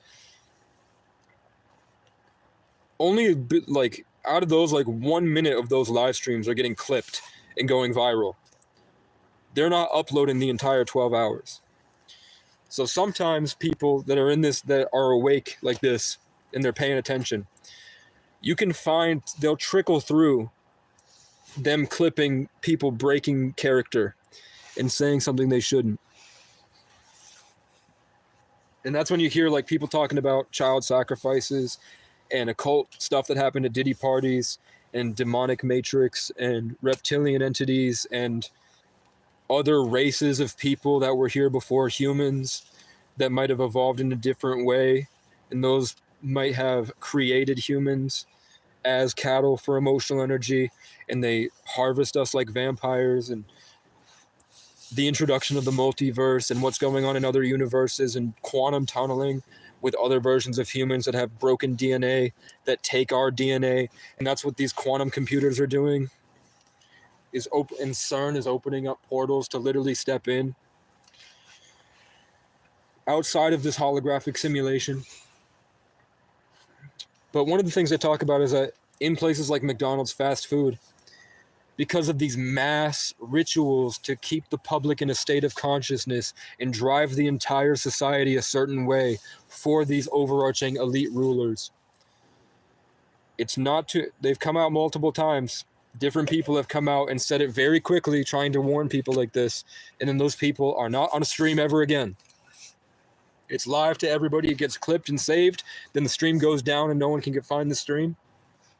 And you have no idea if the stream exists or not because they removed it and purged it from the internet. It's an industry. Of course, they know how to remove something from everywhere. They have an AI that has the entire code of that video, and then they can find it and purge it from the entire internet. And then they'll change it, and that's called the Mandela effect. You feel me? So, I know you feel me. Sacrifice. Consuming things against what's righteous so that it diverts you. And you're a secondary participant in a ritual that binds you to a certain state of the infinite to keep you stuck and trapped and harvested and puppeted. I taught you how to break free in this. Supposedly in fast food restaurants, and I mean, when I was really doing this practice, on a holiday, my aunt and my mother took me to get a Wendy's burger, and I took it, and I felt like I died. I blocked my mom, but if she's probably here, she could vouch that I ate the Wendy's burger when they drive back, and I literally slumped over because I felt like something else had just grabbed a hold of me. Apparently, sex trafficking is way bigger than we realize. It's the biggest industry in the world. How is it the biggest industry in the world? They have farms. They have breeders. They get the energy from the Planned Parenthood abortions. They get the energy from this Plan B and the birth control. What you do after the baby's conceived. This is stuff that could get me killed. You ready? This is stuff that could kill me. You understand? This is stuff that should not be spoken about. Are we here? I'm going to speak in code at first, and then I'm going to unravel the code. Everybody, if I haven't muted you, type a 1 in. Don't type a 1 in chat. It's okay. I just want more. I want it to reach more people. Definitely, if you have like a Discord server, throw this in. Try to save more lives with it. It's very important. If you want to edit it into a short, I'm telling people I will pay them for the stuff. If they can better my content, go back through my channel and make better art with it. You have full right to do so, and I'll probably pay you for it as this grows. Right now, it's all crowdfunding, whatever. Listen. So when your father's serpent or sperm took a bite out of your mother's egg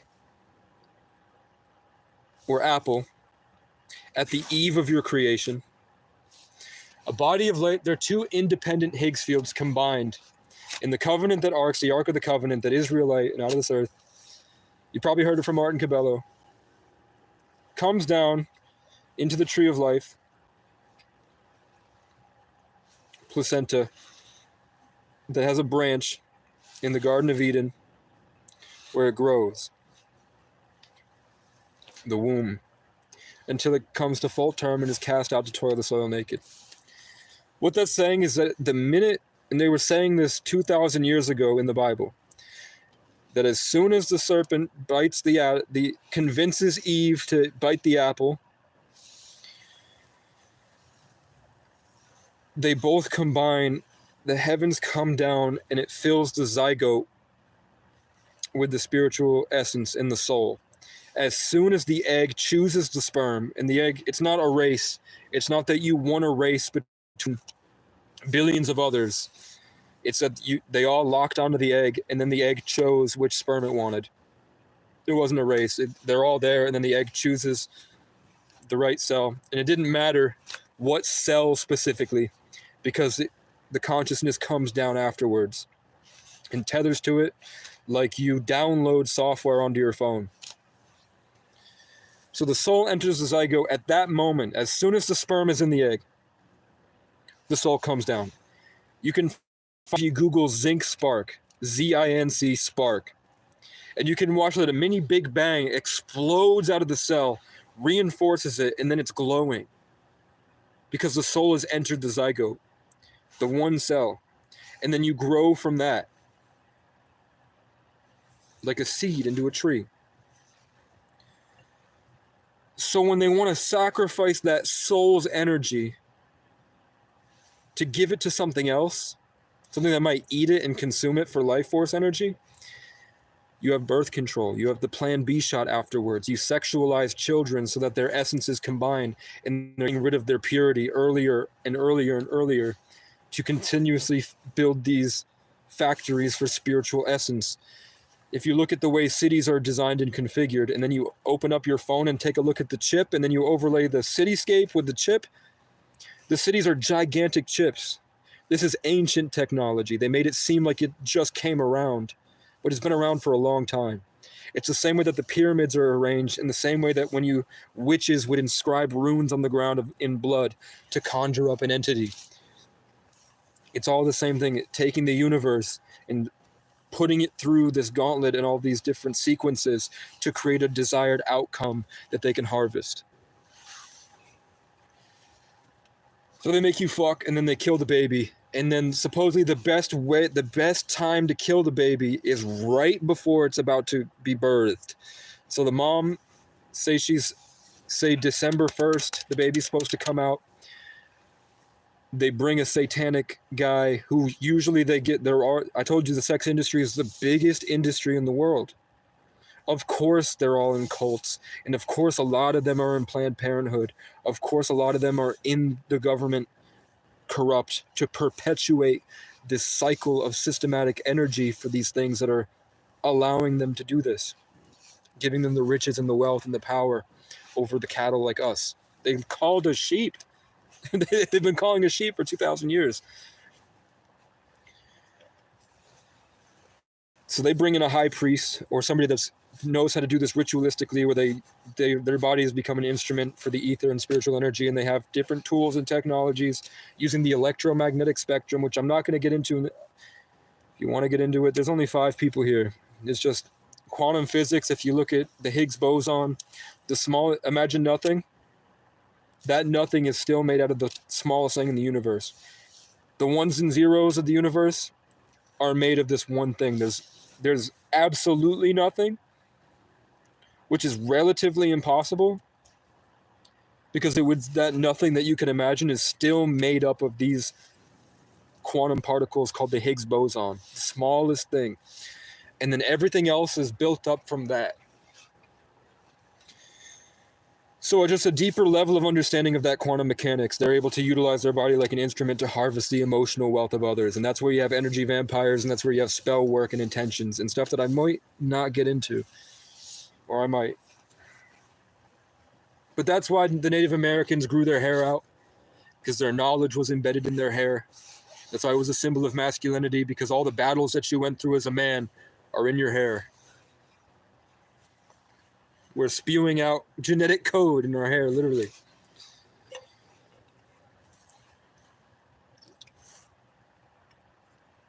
So they have these systematic baby farms.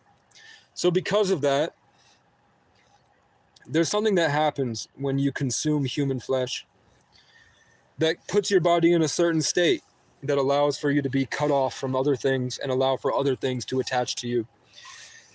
So what these people in the underground on these Kick streams and Twitch streams and YouTube live streams that are in the industry, when Britney Spears, all these people would get famous and then run down the street screaming, aliens are trying to kill me. And then all of a sudden they look like they're cloned. And how all these cultures have these statues of men that have these giant lizards that are attaching to their back and piloting them, possessing them. I know, something's telling me I'm saying too much.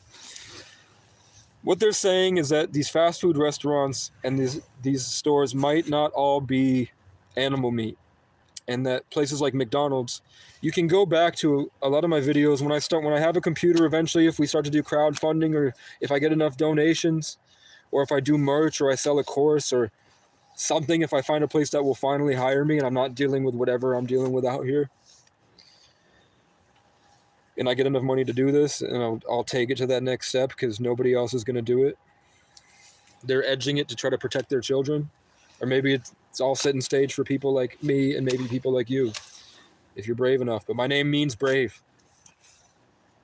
So And I'm a 33 life path born in the 11th with alien blood, supposedly, and ancient ancestral bloodlines that are also with the wealthy elite. But I grew up in extreme poverty, alone outside cold in the woods as a child, fighting to survive and helping other kids out there with me for 10 years, where I would lay there and listen to them cry all night.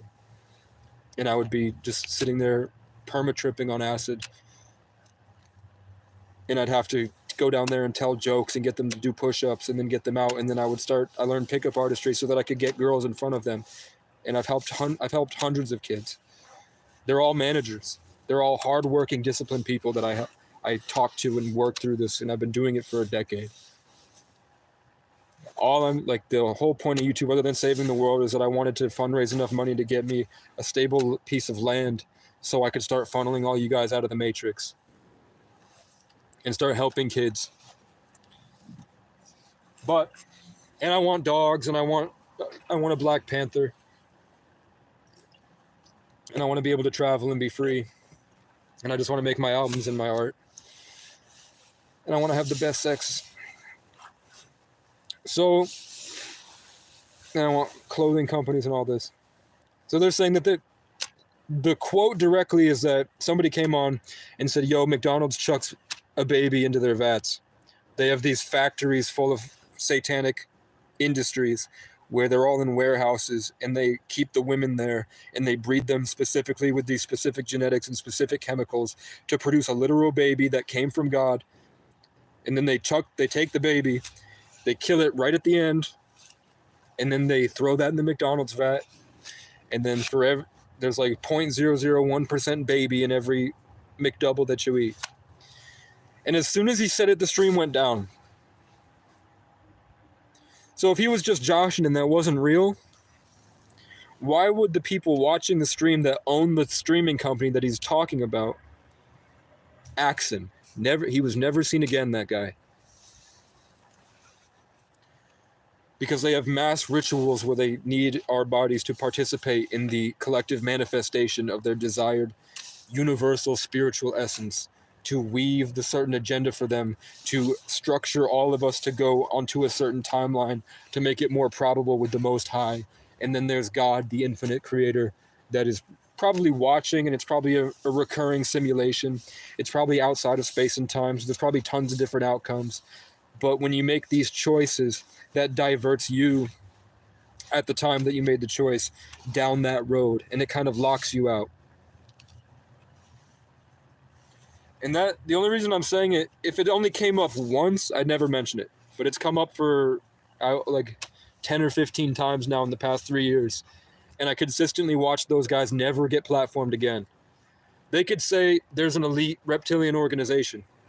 But as soon as they mention that it might be in the food that we're eating,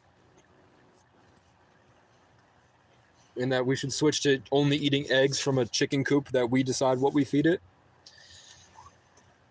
before the bird flu came out, and now we have to register how many chickens we have with the government.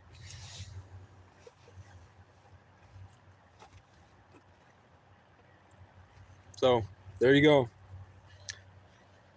Do with that what you will. That's cool. It's only 3. Time is moving so slow during this full moon. Back to the sex trafficking. Okay, are you still here for Nest Day Trap? Talk about sex trafficking? I'm down to do a Q&A at this point. I'm going to take a piss too. Where should I piss?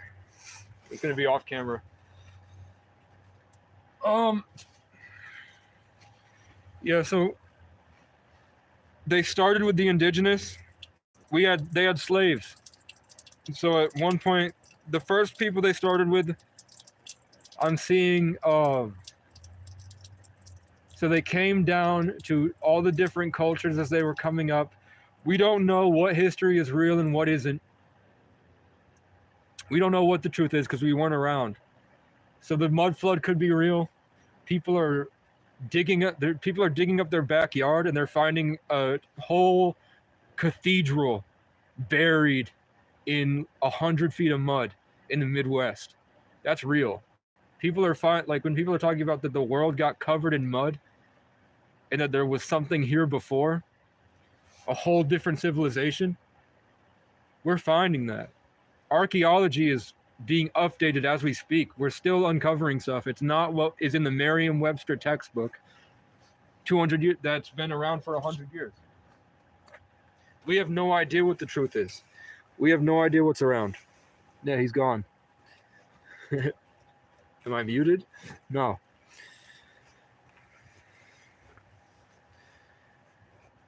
Yeah, maybe they don't want to be filled up with the garbage. But sex trafficking, harvesting of energy has been so obvious for all these different past generations. It's a foreign concept to us now because we were led to believe that it didn't exist. We were led to believe that all that stuff that people were doing in the past was weird and wrong and that we're smart now and we're over that. When in reality, they're still doing it. They're just making us believe that it's not real so that we don't do it for ourselves and that we're not aware when they do it to us. So like sex trafficking, human sacrifice, energy vampirism, blood transfusions, it's all real. The Red Cross takes all those children's blood every day across the country. How many of you had to give blood in the Red Cross and you got a cookie and a patch? Those are being used.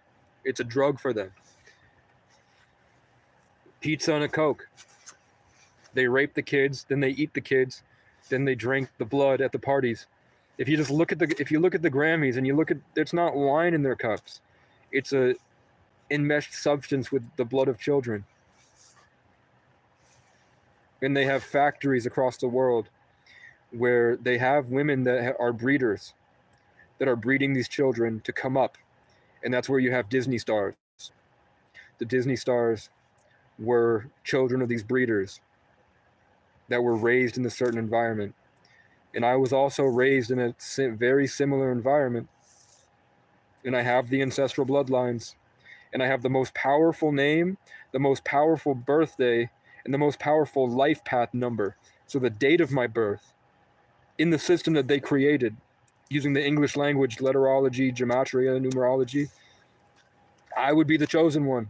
If there was going to be a grand sacrifice, it'd be with me. And I've been isolated my entire life. So who knows if there's an FBI agent watching right down the street? I might be on an alien ship and you might not be real. I have no idea. An AI that's programmed to never become sentient until a certain moment where they wake the AI up at the very end, I could be an experiment. It would make more sense that that's the case than anything else. Once I put all the pieces of my life together and I really get in the nitty-gritty of the patterns of my daily life and the people that I run into, it makes more sense that that's the case than anything else. It's like, will Casey sacrifice himself at the end? He does it pretty much every day.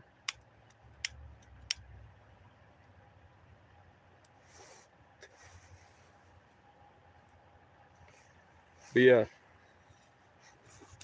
that's just more evidence about why what I taught you here is essential and why I could probably be killed for what I just said to you in this past hour and a half. And that's why I urge you to share it. I urge you to edit it into shorts and spam it. I urge you to send it to your Discord groups and just have...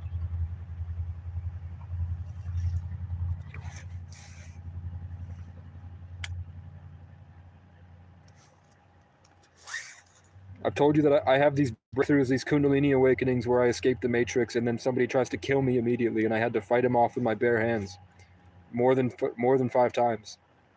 And half of those times, the people were on mushrooms.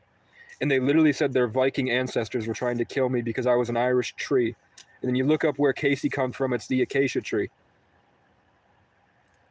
I've had multiple people come at me to kill me and I had to fight them off. With my bare hands, like putting my finger, I had to like pick up people bigger than me, swing them over my shoulder and put my fingers in their eyes, bend their finger back. My own father. Because I met this famous band in the industry, and then my dad had psychosis. On top of a mountain. And the people that were there with me that night are reoccurring characters that just show up in my life all the time. the people that were in that industry ritual before I had to kill my father in self-defense, they come around. That was 250 miles south, but they just show up next to me some days. Some days I'm walking through an aisle and they follow behind me in the aisle. But it is what it is, man.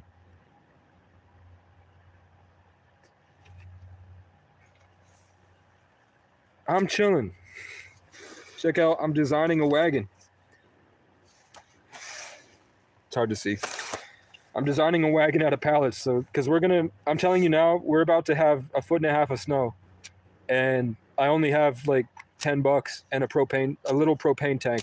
The police literally stole my other propane tank, banking on the fact that I'm going to have to either leave town, steal again. But it is what it is. So we're about to get a foot and a half of snow, and I might not make it. Because magically, the guy that was going to give me the military extreme cold sleeping bag, and I paid him for it, he backed out because something convinced him that he'd rather get an extra $5. I didn't have that $5. But as soon as I got that money back, the coat that I had been asking God for all year, because I wanted it for a movie, when I saw myself on the big screen, I was wearing a coat. And then that coat showed up on my marketplace, so I bought that coat instead. So I'm gonna build this wagon, or I'm gonna have to at least build some type of shelter to get the snow off the tent. Then I went and found, with divine consciousness, you can't not believe that you don't have everything you need in that moment, and that you're not universally loved and protected. So even though it's happening, I walked down the street and found insulation. I found pallets. I found a hammer. I found tons of nails.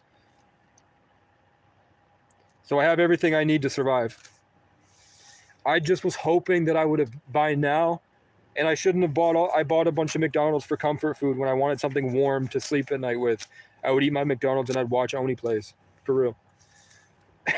So that kept, like, $4 a day adds up. But I was also, the people that were donating, I'm always thinking about ways that I can better their life to be able to have more income. And I feel like my solutions trickle out to the people that help me. And I feel like whatever's helping me probably helps them, and their generosity is definitely noted.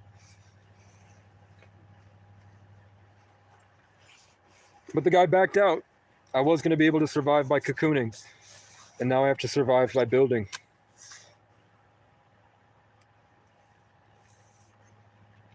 Does anybody else have any questions about the universe? Where are you at? I'm in Vermont. Yo, I can show you proof of I'm being followed. I saw FBI van and Wi-Fi in like 12 places. So with gang stalking, like I mentioned, this will get me killed. This could get done. I'm not going to subscribe to that belief, bro. But if that's the case, all they're really doing is trying to prevent something that they can see happening for you. So let's say you have a blessing incoming in the electromagnetic spectrum that they know how to tap into, but you don't necessarily. All they're really doing is trying to keep you in this state of fear so that there's a better chance that you make a bad decision that keeps you away from that timeline of where you're supposed to be. So if you haven't been watching, I gave you everything. $1 million worth of content in these 2 hours, and I'm telling people, share it, put it in your Discord groups, let people know, edit it into shorts, edit it into short form content, and I will pay you for it as we go. You'll be in a big list of everybody that contributed that I will give out the money to as we go. I have nothing to live for, so I'm doing it. Everyone else is scared their daughter is going to die, but I feel like I'm divinely protected. So all those people, all the gang stalkers, the people that you feel like are following you, the people that are always around you, when people talk about demons and angels, if you look at the literal translation for them, it just means messengers. Beacons that relay information to you. So a demon would just be trying to relay information to you in a negative context with an agenda to drive you down the wrong path, because we're in the present moment. When they talk about Satan, which was originally Saturn, the 666, 60 seconds in a minute, 60 minutes in an hour, and 6-hour intervals. Carbon-based life, the 666. They're talking about the things that bind our spirits to this realm, this earth. And that when you break out of the 666 and you realize that you're an infinite spiritual being having a human experience, that's what they're trying to drive you away from. They're trying to drive you out of the present moment and fill you up with all this overwhelming stuff so that you make they can lead you to the wrong decision. But because I believe in divine consciousness and I believe that I'm loved and supported and I'm on a journey, I also believe that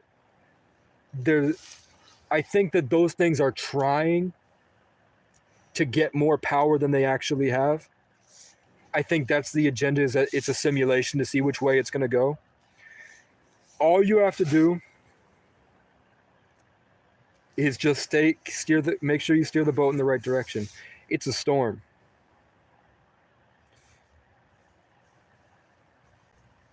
I believe that you have everything you need to have in the moment, and that it's just a challenge, and that it's a scary challenge. And I think even if you do die living righteously and being brave, I don't think it's the worst thing. Living in radical acceptance and free association to blaze your trail, co-creating with the divine. It's a hard life, but there's everything you need in this. If you want to join the fight, just put it together. It's not a cult. I told you to keep a level head about it. Don't go too far down the rabbit hole and then be so far out you can't have relationships with people.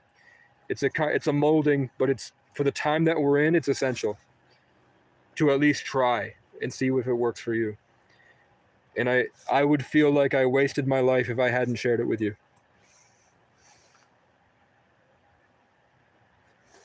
So all the FBI gang stalking is doing is trying to divert you to make bad choices. They're trying to keep you in a state of fear, and they're using their whatever technologies they might have, whatever they're doing. They're trying to keep you from realizing that you are a co-creator of this reality and that you are steering the ship. They're trying to keep you out of your mind. They're fucking with you. Like the Bible says about the enemy. Like every video game has enemy NPCs that you have to go to battle with. It's all about where you keep your focus, and I've taught you here how to grow your presence and how to give your energy to the right things, and where attention goes, energy flows. So how to keep a level head. And then I've taught you how to not degenerate yourself with these bad habits so that this isn't so bad for you. I do the same reason when I smoke cigarettes occasionally. It's the same reason Mike Tyson bites his glove. It's just it keeps me focused and centered. I'm out here, so I do lose. I'm not saying I'm perfect, bro. I do lose my mind for a couple months. It happens a lot more than I realize because I'm alone. But it is what it is, man. I persevere, and I'm learning skills, and I'm growing into someone I like, and I'm so proud of the art that I've created. I'm so proud of the songs that I've made, and I'm excited to do more. I can't wait. That's all it is. So we'll do a Q&A section for people. I'll try to help some other people personally. I subscribed, so I will be here, but I had money put on my head on some street shit, then some. Yeah, I talked about haters. I've had a couple people come in that were in gangs. The most part, like, gangs were originally against the government, and they were trying to make your community better. If you're not trying to make your community better, if you're not working towards getting into a position of power in your community where you can steer the evolution in the right direction and make a change for the suffering that you went through, you're in a boys club that jerks themselves off to killing people by killing people. And then if you take all that energy with all this egocentric going to war with yourself, with other people, with this hood shit and gang violence and these social hierarchies. And you put all of that mental bandwidth that you're spending stuck in that environment, and you put it all towards being in the moment with this progress, you're probably already there. It's gonna scare a lot of people that aren't ready to accept this. But at the other end of it, you're not a bitch for getting out. You're not a bitch for retreating to grow and then coming back with positivity.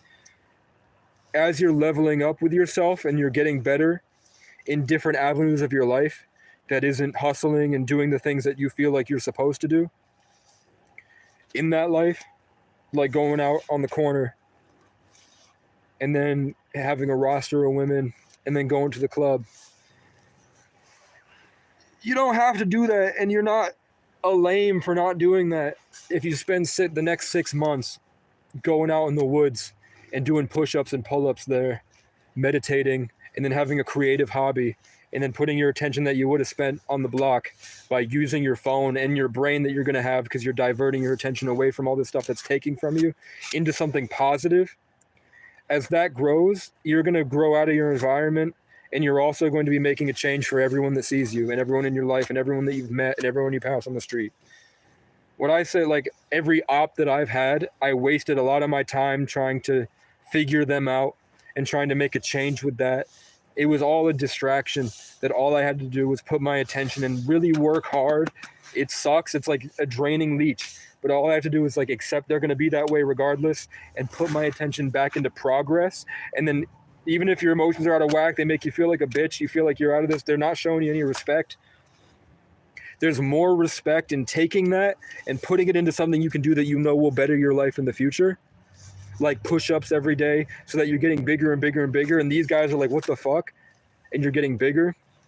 And if they put a hit on you and you're worried about your life, bro, leave.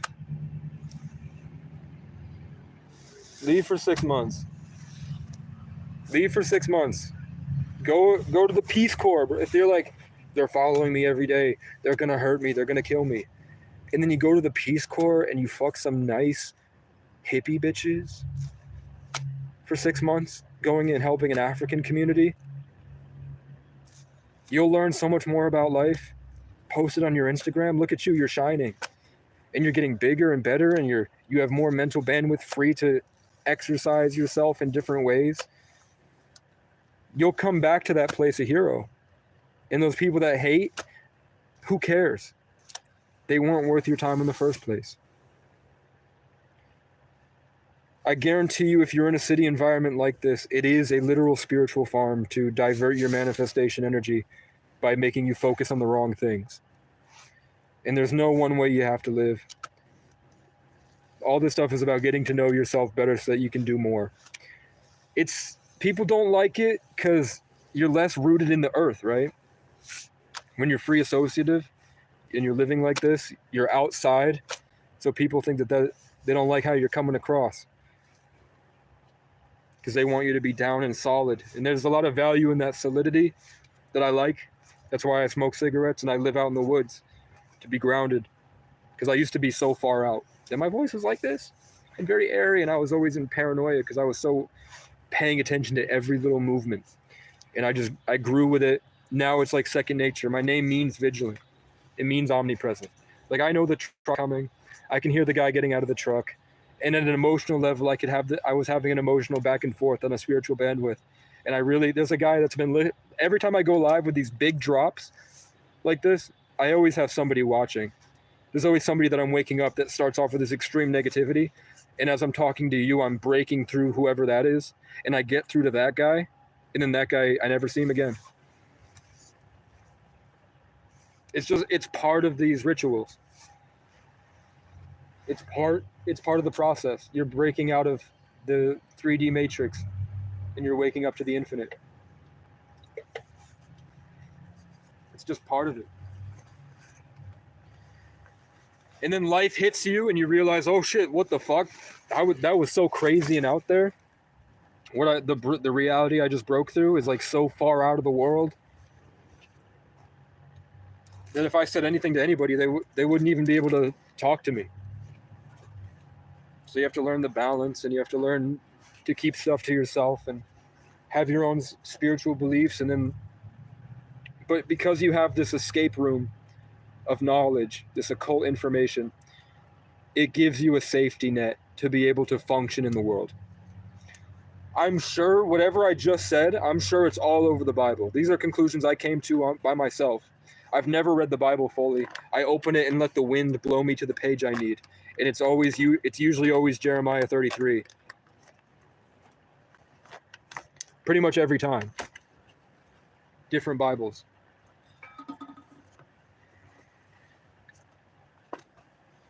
But yeah, I'm doing Q&As, whatever problems you're struggling with. If you feel like there's a bounty on your head over a lie, it was like everybody stopped talking to me, like everybody, you ostracized, black sheep, forced into isolation. It's part of it. It's part of the individuation process. You had to leave the world behind. You were forced to leave the world behind so that you could come to a different conclusion about life. And you had to realize why the fuck that happened to you. Why did these people treat me this way? If you didn't go through that, you would never know. It's a part of your individuation process. It taught you strength and it taught you independence. I was ostracized my entire life. I was in isolation for most of my childhood. Completely isolated by myself in the woods. And I had parents that had checked out mentally. My mom was working 3 jobs, and then all of a sudden I'm born, and now she can't even get out of bed in the morning, and she freaks out going in circles going, I want to go home, I want to go home, I want to go home. Something just, like, as soon as I was born, my mother got destroyed. My dad, and then my mom started to attack my dad. Then when I finally started building my relationship back with my father, on our first sleepover, the police ripped the key out of the ignition, ripped him out of the car, and they beat him so bad he lost everything. The first time that's the last I felt like I saw my dad, and now I feel like he's breaking through sometimes. But that, I'll never forgive the world for that. Even if I become a millionaire and I become a legend and I save the world, or I make a classic album, or I have kids I'm very proud of because I went through it. That was cruel. My dad always says that he's my biggest fan, but I'm my dad's biggest fan. Every single decision I make, I have mainly my father. I tried with my mother for years. I really tried. She's too far, like, she's watching. Mom, I got you to the place you could live your dreams. She's been saying for years all she wants to do is build a bushcraft A-frame cabin. I worked through so much. I went to jail a couple times. I had to fight for my life in self-defense. I went through this completely alone, and I persevered every single day through horrible, hostile environments by myself with nothing, homeless and sick on the ground in winter, fighting to survive the cold, where I had to heat up my own body by hiding in a hoodie and keep myself alive for winters. And I got the property. I got Vivek's cabin. I got the place she could build that A-frame cabin. And she fell into the demonic stuff. But I gave them a fighting chance. I fought and I got my aunt who's dying from fat. She's dying from obesity. Melissa's dying from obesity. I brought a treadmill to her house. I went and got a treadmill for her, and I brought it to her doorstep. And some random character named Frank who wears orange, Casey Francis O'Brien, the 33, which adds up to orange, plus the Sagittarius orange, ruled by Jupiter. And there was an orange guy named Frank that just showed up that day for the first time ever after I went through a betrayal ritual, and my family tried to do energy harvesting and the ostracization of the black sheep to try to steal authority and put him in a place where he feels like he has to submit.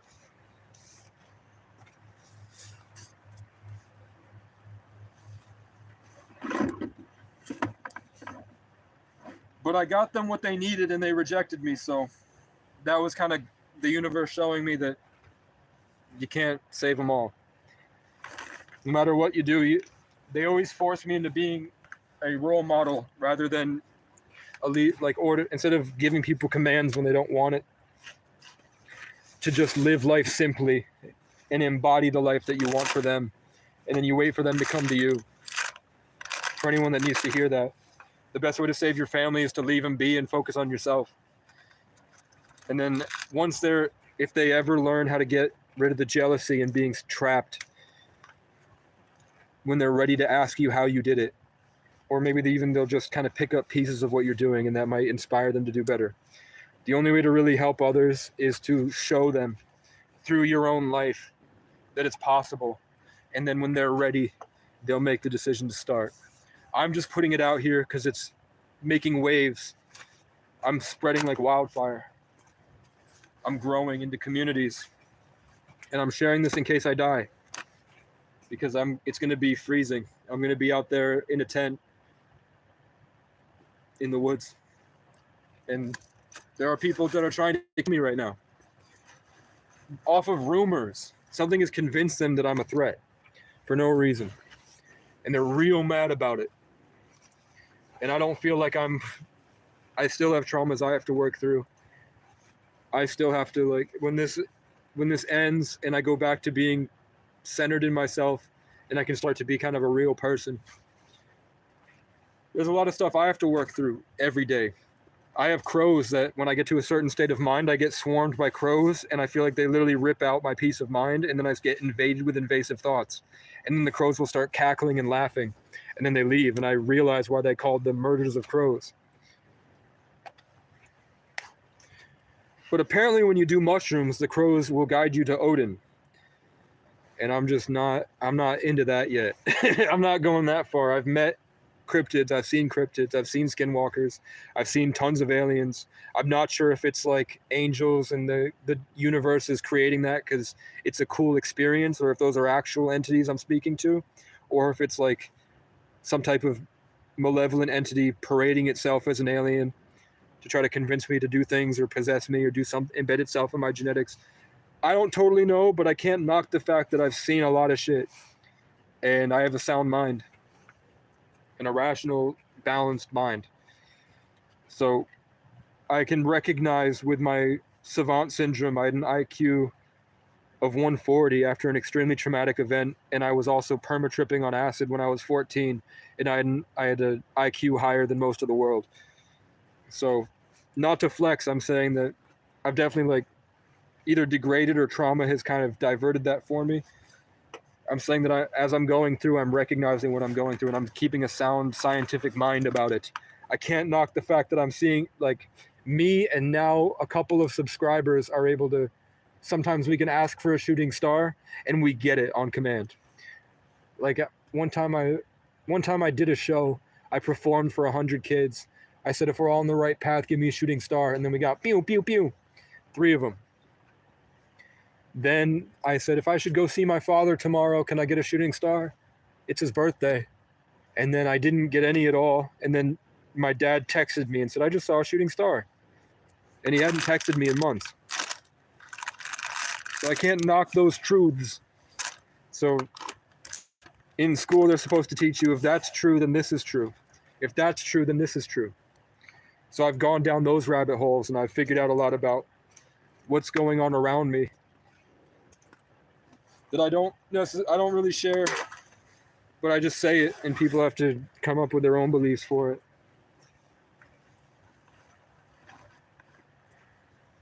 I don't know what's going to happen next, but I feel like the Mike Tyson, Jake Paul situation, and it happened on a full moon in Taurus, and I'm a Taurus rising. And at the start of it, they mentioned 11:33.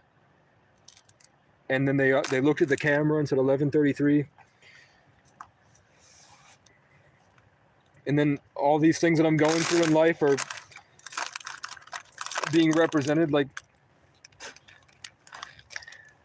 the people that are important characters in my life are suddenly being surrounded by strangers that have names and tattoos and parts of their life story that are motifs in a narrative that I'm creating. And the things that I'm creating are spreading out across people. People are becoming more like me the more that I share on YouTube. I'm seeing, and the more that I go through life, the more powerful I'm going down this road. It seems that as a master influencer 33, the things that I think I'm creating, because I grew up in a room alone with a whole room full of Legos, like in the Lego movie. And these people are now taking on characteristics, and they're making it like Smosh, the oldest YouTube channel, made a whole video about being on a phone with Casey. And then they started sharing all the things that I was trying to share with the world. And then we had Casey Rocket, Kai Cenat, Casey3, and I'm Casey33, and Kai Cenat, where the rat in his apartment building was near where my grandfather had a restaurant. Shit like that. Kurt Kaz, Kendrick Curry, Cassius Culpepper, Kurt Cobain, the inventor of the 27 Club, Kurt Cobain. Different expressions of myself are being shared with the world. And I'm supposedly a master influencer. So I think NPCs are real. I think NPCs are real, and I think that the more you engage with these NPCs, the more human they become. And that's why they're always after us, because they steal parts of our energy, like software. And then they rub it in our face that they do it. I have a hair tie somewhere.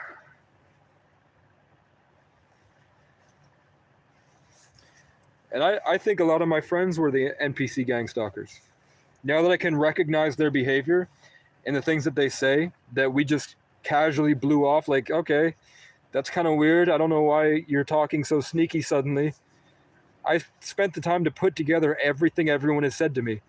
And I've come to truths that allow me to identify certain things that make my world violent. Very violent. Because something doesn't like me keeping that in my head and growing from that. And part of it is that I think energy vampires try to steal our bandwidth. I don't think everybody's real. And as much as I love these people, I can go through and recognize the underlying parasitic nature of the relationship. So for some of them, I used them as a science experiment. And I blessed them.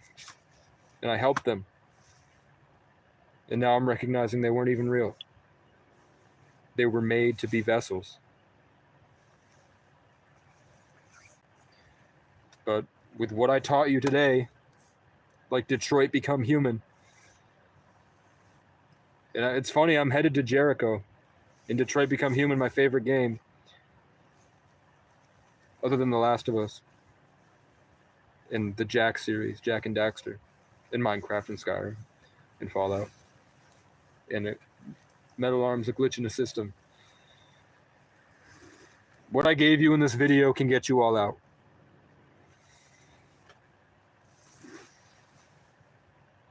The phrase "take it with a grain of salt" literally means that's a saying for witchcraft.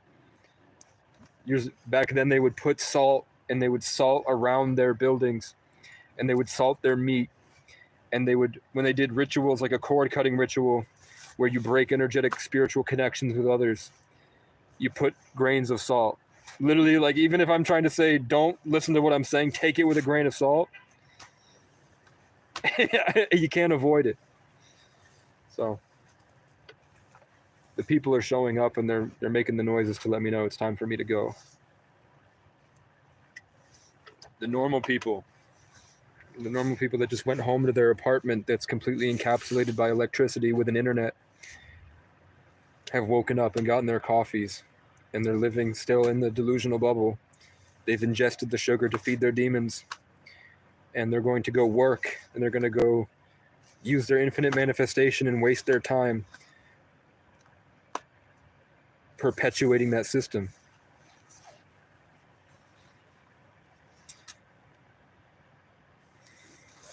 And I have to go prepare for the storm. You can kind of see it's gonna hit pretty soon.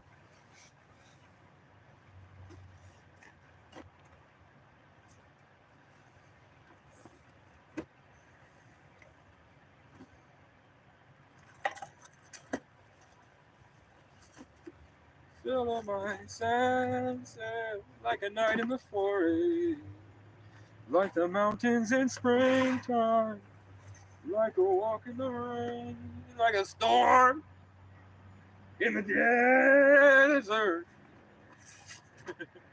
like a sleepy blue ocean.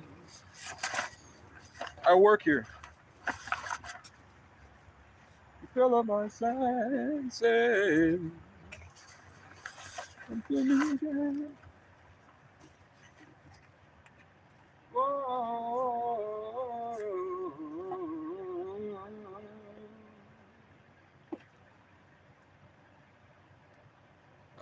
Easy. All right. I'm going to answer some more questions.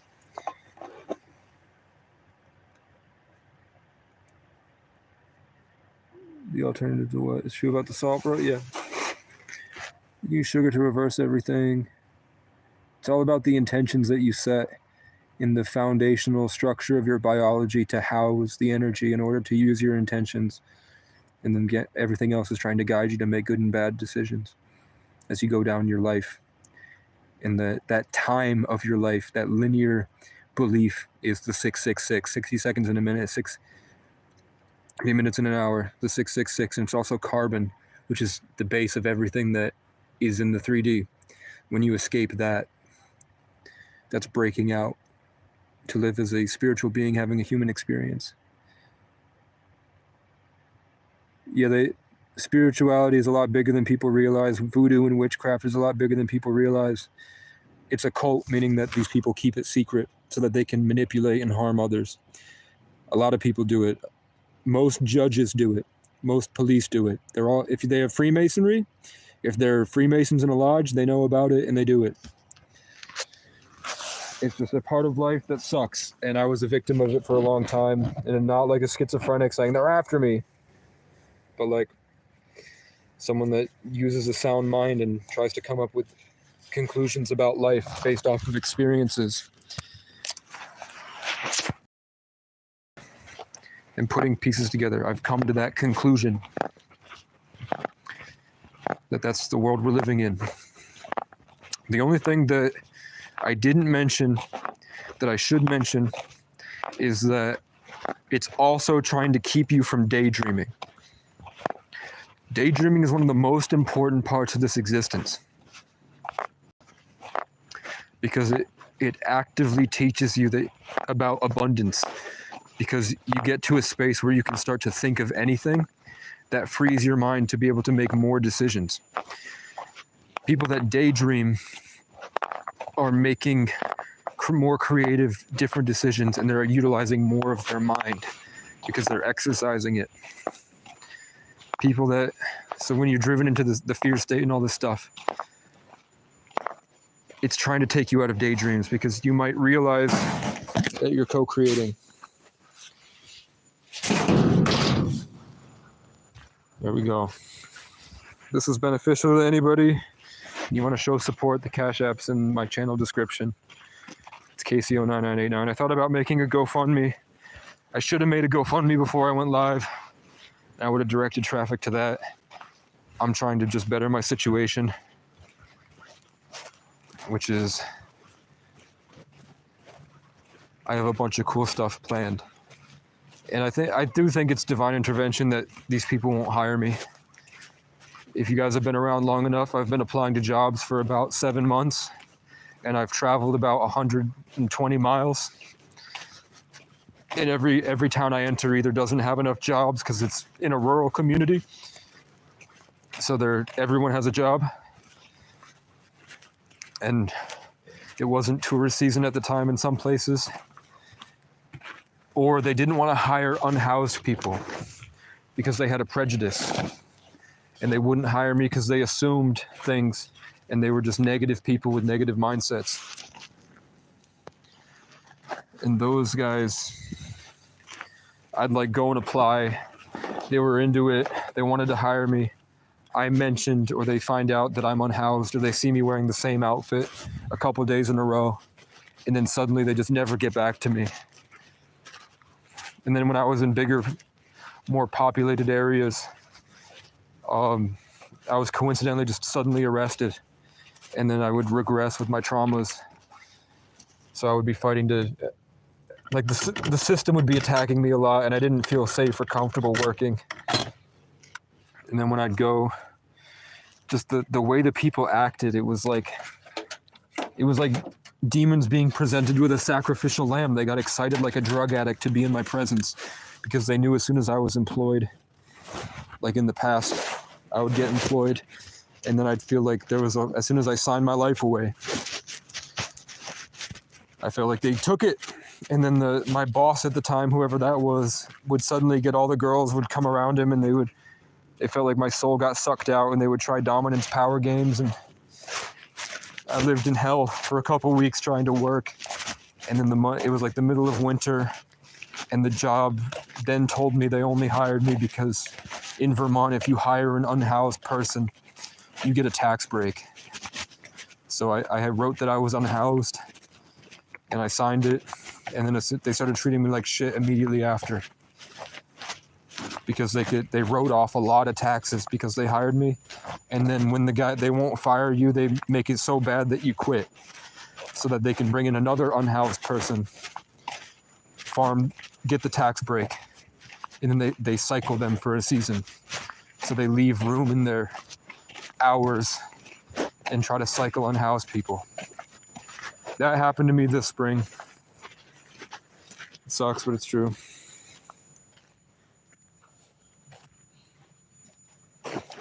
Yeah. Same thing with me. I focused on my music, literally. And I'm glad for the songs that I made. And that's literally why I don't want to work a job now. It's because I'm worried I'm going to lose what I've earned in isolation by intermingling with the status quo again.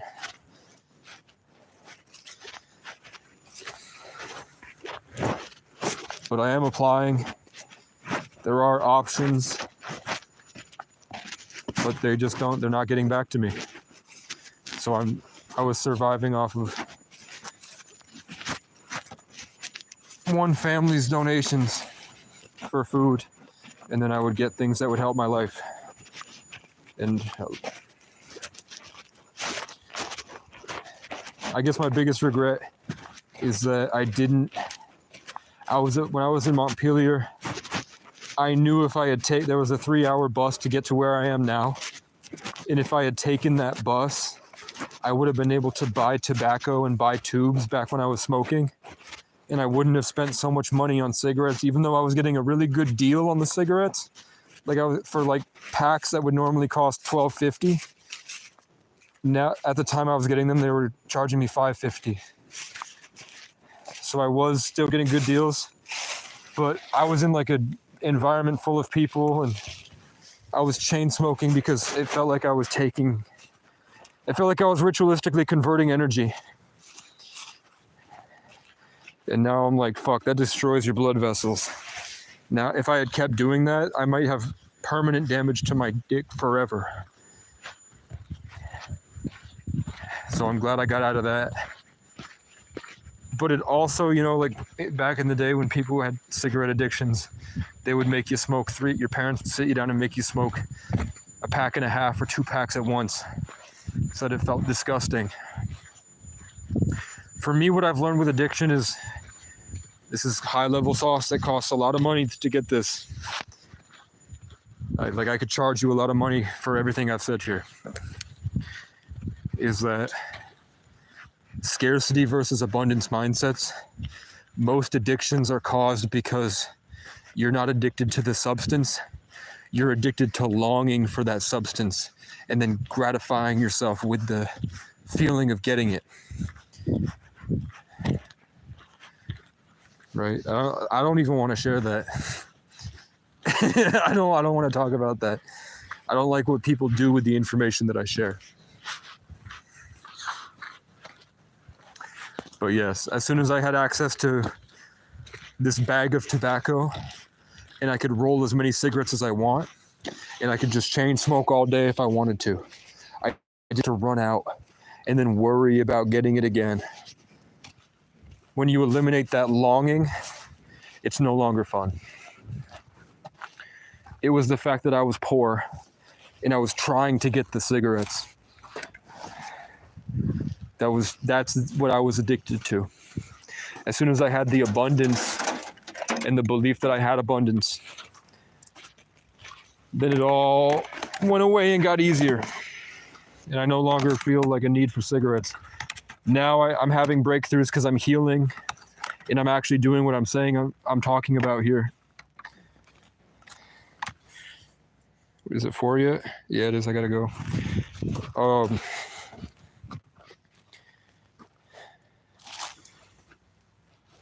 My addictive tendencies are going away.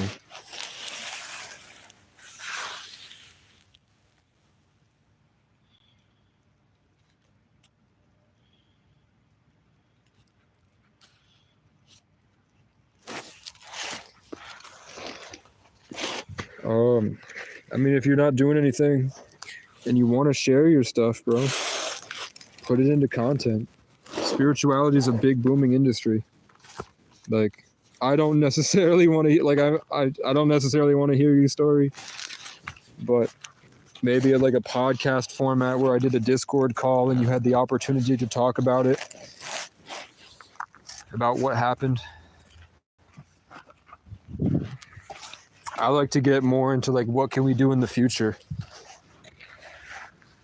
Because horrible shit's happening. And most of these people that go through what you're talking about feel alone. It's not necessarily bad drugs, but chemicals are responsible for your emotions. And your body has certain factories to make these emotions that are being destroyed by chemicals.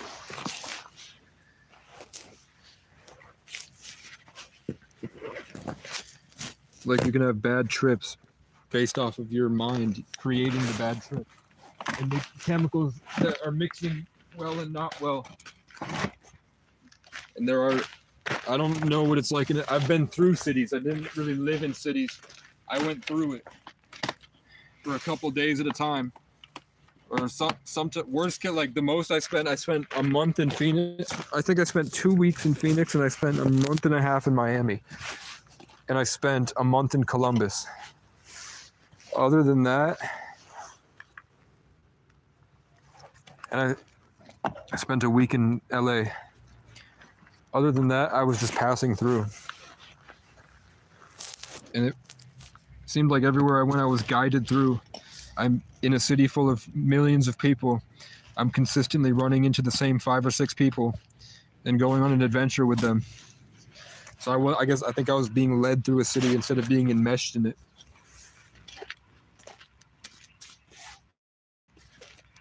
So you guys probably know more than me about it, and I'm sorry that you're going through it, but I think that embrace the challenge. You chose hard mode. I think your soul chose hard mode before it came in. I don't even know what shadow work is.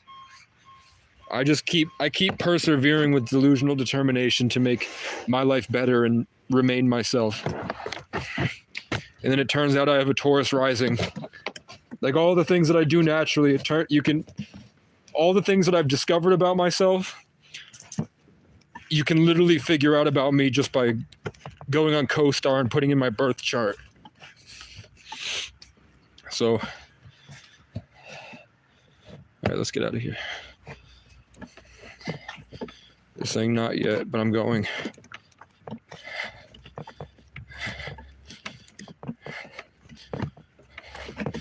I have to start, speaking of shadow work, I'm going to do a practice tonight to try to protect my crown chakra.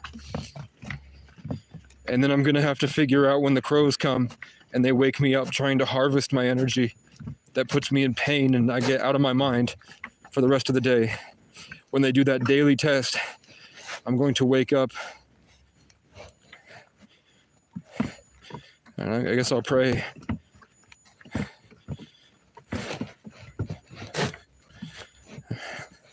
This is where I would plug my merch.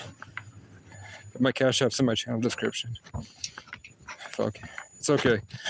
Yeah, I just keep going. The shadow work.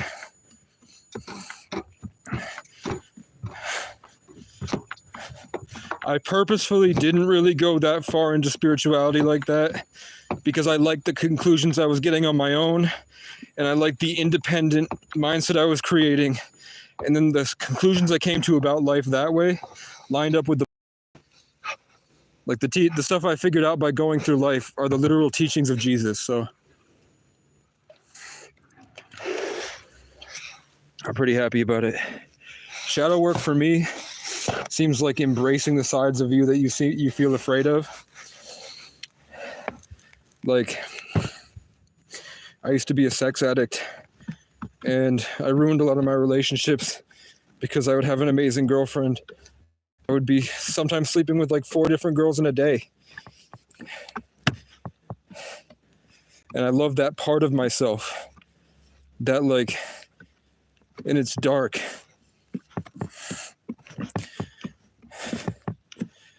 But if I hadn't gone through that, I wouldn't have learned more about myself. So that's what shadow work seems like to me, right?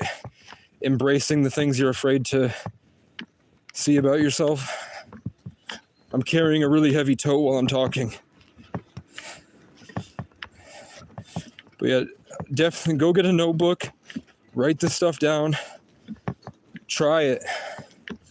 When you have breakthroughs, and it's going to be hard for you to even speak because you're going to be so present to the moment. You don't want to drive it in the wrong direction. So I guess like maybe type a question mark in the comment section to let me know. And then eventually, like if I get it, when I start to get more, I might have a Discord group. It was just one time I made a Telegram and my phone broke. My phone, as soon as I downloaded Telegram and added people to it, my phone crashed. I got a lot of people in fasting, and then a government agent came up and told me he knew what I was doing. So I don't know what's going to happen, but there's a good chance I might not make it for this next storm. So I just wanted to put it out there. I care about my music, all this.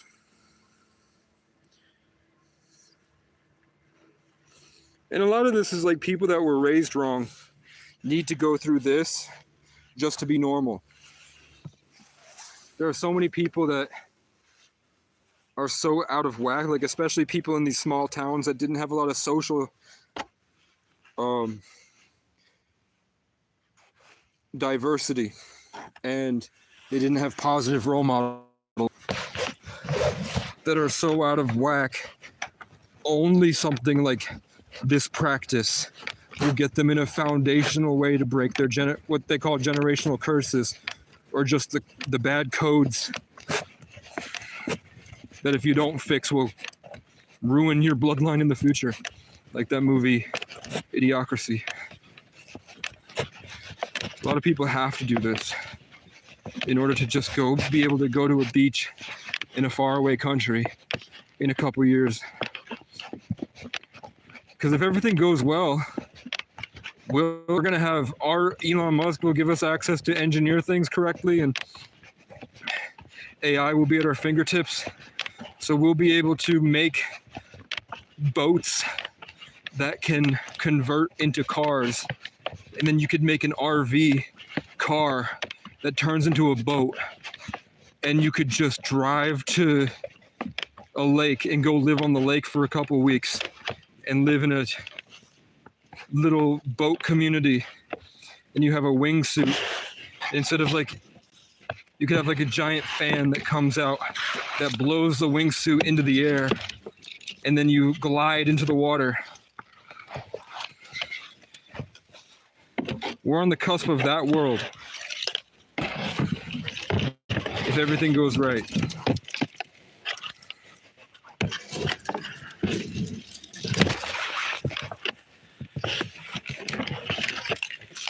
So what am I going to do? I have $10 left. with that $10, I'm gonna try to haggle a saw so that tomorrow or tonight, before the storm hits, it's gonna be snowing every day for a week. So I'm gonna be buried if I don't get out of this. I don't want to go to a shelter. I'd rather die. I did that already. I haven't done this. This is new.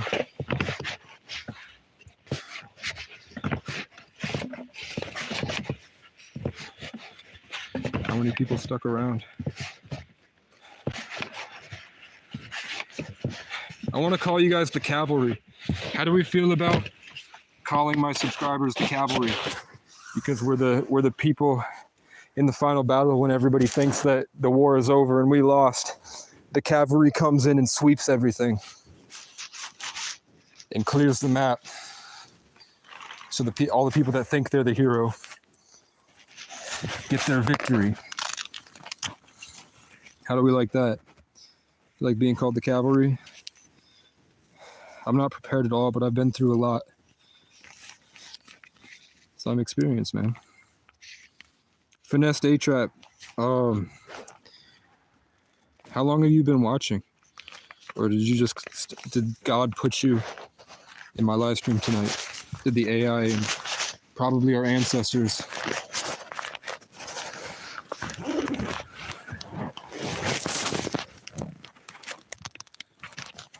The resistance? Is there a word that means both? What did they call themselves in XCOM? I don't know. I'm feeling the vibes. Let's do a prayer.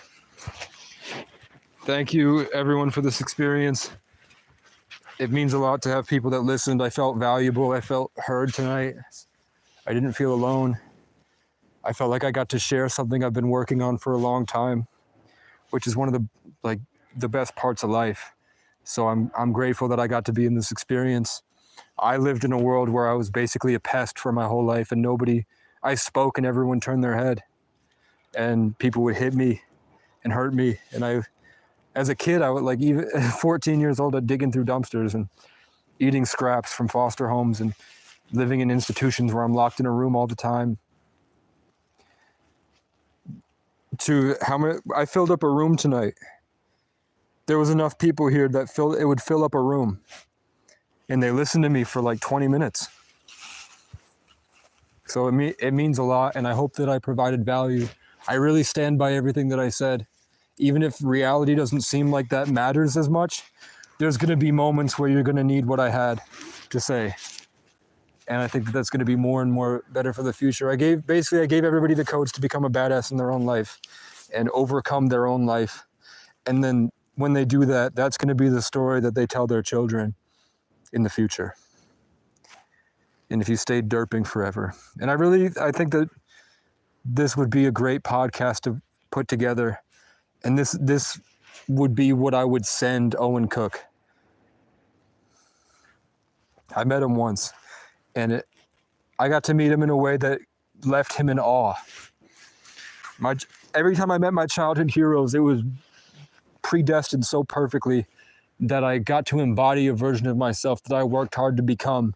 And the things were so inspirational and out of the box and not what they were used to. And it was at a time where they were in a state of depression, and I got to lift up my childhood heroes the way they lifted me out of institutions. And I get to see the bigger picture because I'm the tree of life. I learned about Archangel Michael tonight because I was like, how come Michael Casey O'Brien, I go by years, so at the start of this year, I fled a pedophile that was trying to steal my energy. And I broke down in the town and had to kill someone in self-defense. And the town ostracized me because somebody named Michael Casey O'Brien had already given them a bad experience with homeless people. And he was trespassed from the whole town. So then I showed up and I had to argue with them that I'm not that Casey O'Brien. That's Michael Casey O'Brien. I'm just Casey O'Brien, and he doesn't go by Michael. He goes by his middle name. And then the town trespassed me anyway. But the people that were in defense was Ray, like Kai Cenat's Ray. There was a guy named Ray at a thrift store called Rumor Has It that was defending me, my image against the people making up rumors. And then a guy named Michael was helping me at the Clara Martin Center get funding to get out and help me get bikes. And he never really helped, but I would go there and talk to him, and I was inspiring him to do better. My problem was I wasn't more assertive. I need to tell people what to do, and I don't like to do it. My life would go so much smoother if I walked into their lives, and instead of embodying a role model, I just told them what the fuck to do. And I was frank with them, like my middle name is Francis. If I was just frank with them, my life would have gone a lot better. What's up, man? Since the water part. Definitely go back and take notes. If it resonates with you, cool. If not, you didn't waste your time with this, because it's helped a lot of people. I've helped people cure cancer with this. Literally, I've cured somebody's cancer with what I spoke about tonight. So it's worth listening to, and right, at least kind of thinking about, even if you choose not to take it in for forever. It's one of my most important videos I've ever done.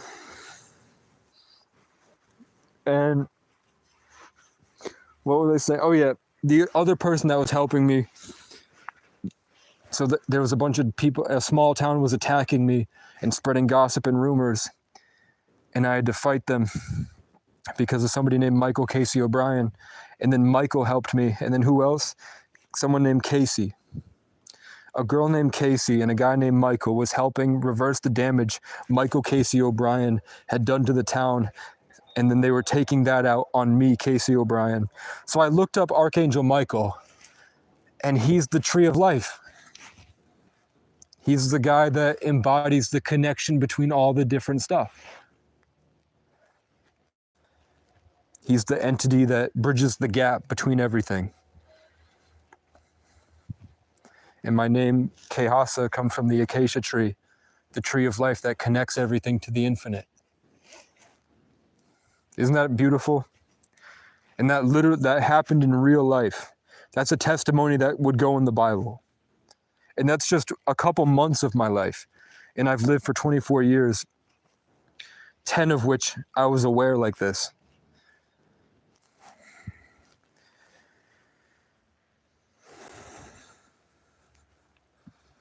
And I'm just trying to get money to make better art and make better content. And so I don't normally, I'm not usually so aware. This is a lot of processing. I got to be this focused. Usually I'm driven out of my mind by my external environment. I've shown you videos that crows will scream at me for days. 12 hours at a time, they'll be screaming at me, and I feel them driving me out of my mind, and they won't stop. And then if I beat the crows, then the cops show up. If I beat the cops, then crackheads try to kill me. It's just a constant onslaught that I'm usually protected from. And let's hope that I stay protected.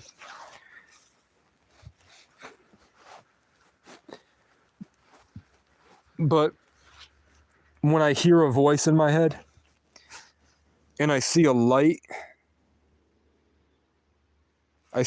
come out of the forest, and I hear a voice in my head, I think that's an alien or an angel or an ancestor. And I heard a woman's voice clear as day go, "Live a little." And I saw something was showing me how much potential I have to go talk to girls and have fun in life and live a life. Something like an angel or something that probably shouldn't be acknowledged told me to go have fun in my life. Go live a little.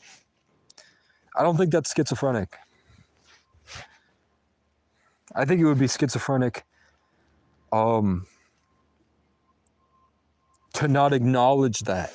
I think the craziest thing would be to not acknowledge it and think that that's just something that's not good and not normal, and to actively ignore it.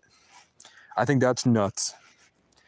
but to just embrace what's happening to you and then go looking for information on it and build your own conclusion about life, I think that's completely sane and normal. And you're not crazy for doing that. You're actually probably brave, and you're a pioneer in making a difference in the world. So I got mixed emotions about taking a life. The first time my dad had psychosis, and he came at me with a hammer. He grabbed me by my leg. It was a march on top of a mountain, so it was cold. I had to pick him up at one point. This 280-pound Irish legend, one of the best ski instructors in the state, according to him. And but you don't get the legend for no reason. And I love my dad a lot. I'm his biggest fan, I think. I'm seeing maybe his younger brother Tom might also be a contender for his biggest fan, even if he doesn't admit it. I had to pick him up by his legs and whip him over my shoulder onto the bed frame, and I think I broke his hip, and he landed on my guitar, and I grabbed my Xbox and my TV, and I walked a mile down the road, and my dad got in what was supposed to be my Lexus, I guess, and he was speeding by me, and he would freeze and just stare at me through the window, and then speed by me again, like he was trying to scare me or hit me or do something. He didn't seem in his right mind. He seemed possessed by something that wasn't allowed to fully attack me, but was getting as close as it could.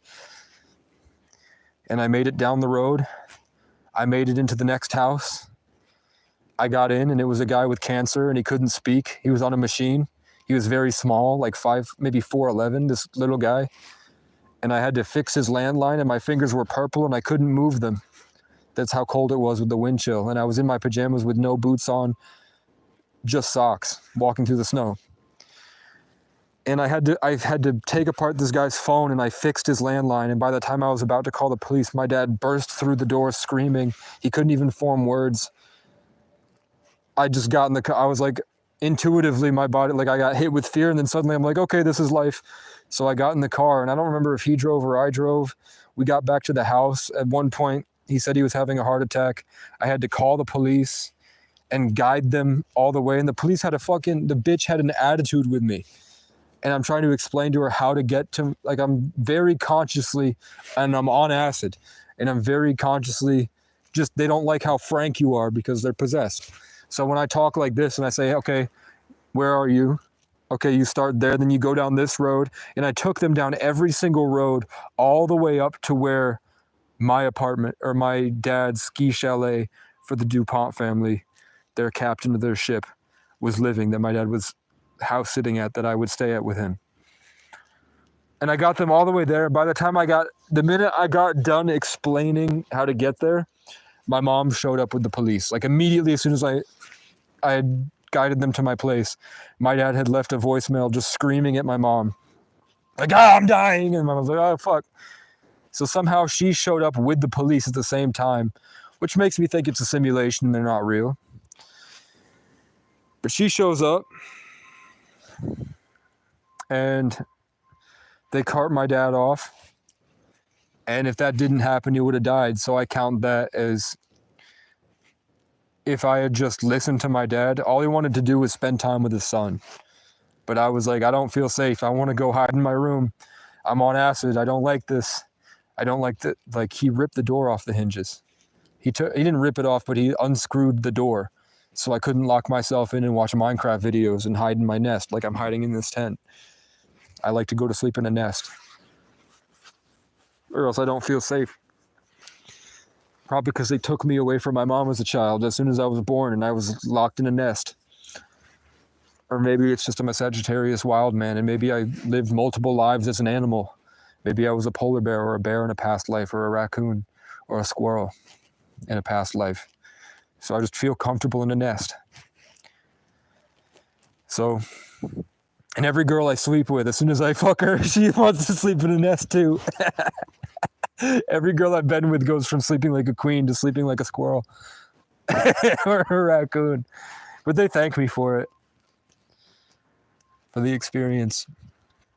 And then I was in like 10 or maybe 10 fight. Well, hold on. 3 or 4 fights after that. in and out of, that's when I was institutionalized in the DCF system. So after that, I've been in a couple fights, probably 4 or 5. They were all bigger than me. I won a couple, I lost a couple. Then I had a girlfriend, she got pregnant. I tried to commit suicide. The stress from my suicide attempt caused her to miscarry. According to her, I don't know for sure. I didn't know until after it happened. She told me about a month later, when she lost the baby weight, what happened. And that fucks you up. When I was 16 and on a bunch of different medications, I was messed up. So I count that. Then the guys lived, but that's when I started having to really fight for my life after the brain injury. I got in a lot of fights of different junkies in my hometown. And then I became homeless. Then tons of different adventures I've been on that I can talk about, going across the country and going to college and living in different states on adventures and meeting famous people and millionaires and helping them through their lives. Tons of cool stuff like that. But then last year I had to fight off a guy in the year of the cat. I had to fight off a Leo named Cat that would do mushrooms and try to kill me, and then he'd roar like a lion and he'd almost push me off a cliff. And I had to fight him, and I think he's alive. I'm hearing he's not. I guess he died. So, and then there was another guy named Vincent. And I told you there's NPCs. I think it's a simulation. I don't think you're real. I don't think that they're real. Because they have the same exact names and they treat me the same way regardless of their body. And they usually have the same astrological sign. That there's a kid named Vinny who's small and embodies a troubled child. There's a Sean that always tries to one-up me, and he usually leads me to a better life or to the next stage of my life. There's a John that usually embodies more of a role model for a different aspect of what I'm doing, whether it's talking to girls or fitness or music. Just whatever avenue I'm going down, there's a John that kind of sets a tone that I add meaning to. Like Kendrick and J. Cole, that J is like the leader, the pioneer, the driving force. And then there's the K, like the king. That in the knight's joust, there's the knight, but the knight jousts. So there's the J, the driving force. And my dad's born on the 10th, so the J, the 10th letter. So they all do the same stuff, Sean's and John's. And Sean is Irish for John. So stuff like that. There was a Vinny I had to fight, and that's how I got the hatchet, because he hacked a tree down and said, "This is you," and he hacked a tree to pieces before I knew that my name meant a tree. He knew because his Viking ancestors told him, supposedly. So he's technically dead, but we won't count it. But then this year, a guy came at me in a laundromat, and that started this whole journey. I was trying to do crypto. And I was getting good, and I was saving money, and I turned $3 into $30. And I was about to turn $200 into $2,500. And it was set in stone. It was destined. It happened. I was right. But my computer fried before I could do it. Something burned my computer. So instead of probably I would have blown up and become famous and led an army. But instead what happened is I went into the forest, and I had this amazing, vivid experience out here. And that wouldn't have happened if I didn't have my computer burned out, and if I didn't have to hack somebody with a hatchet. And I talked to somebody recently who found the guy on Facebook and says that he's still alive, but for a long time people were kind of shaming me into believing he was dead. And I thought he was dead. Some people said he moved to Texas, some people say he died, some people said he fled to New Hampshire. The way it sounded, I was like, his cousin told me he was dead, but I guess he posted on Facebook recently. So someone found him that I told the story to. So I guess he's alive. But I counted it because I thought he was dead, and he probably should have died for what happened to. I hacked his ribs up with a hatchet. And he ran away coughing blood and screaming. And I ran out laughing. And I slammed on the windshield and said, he tried to kill me.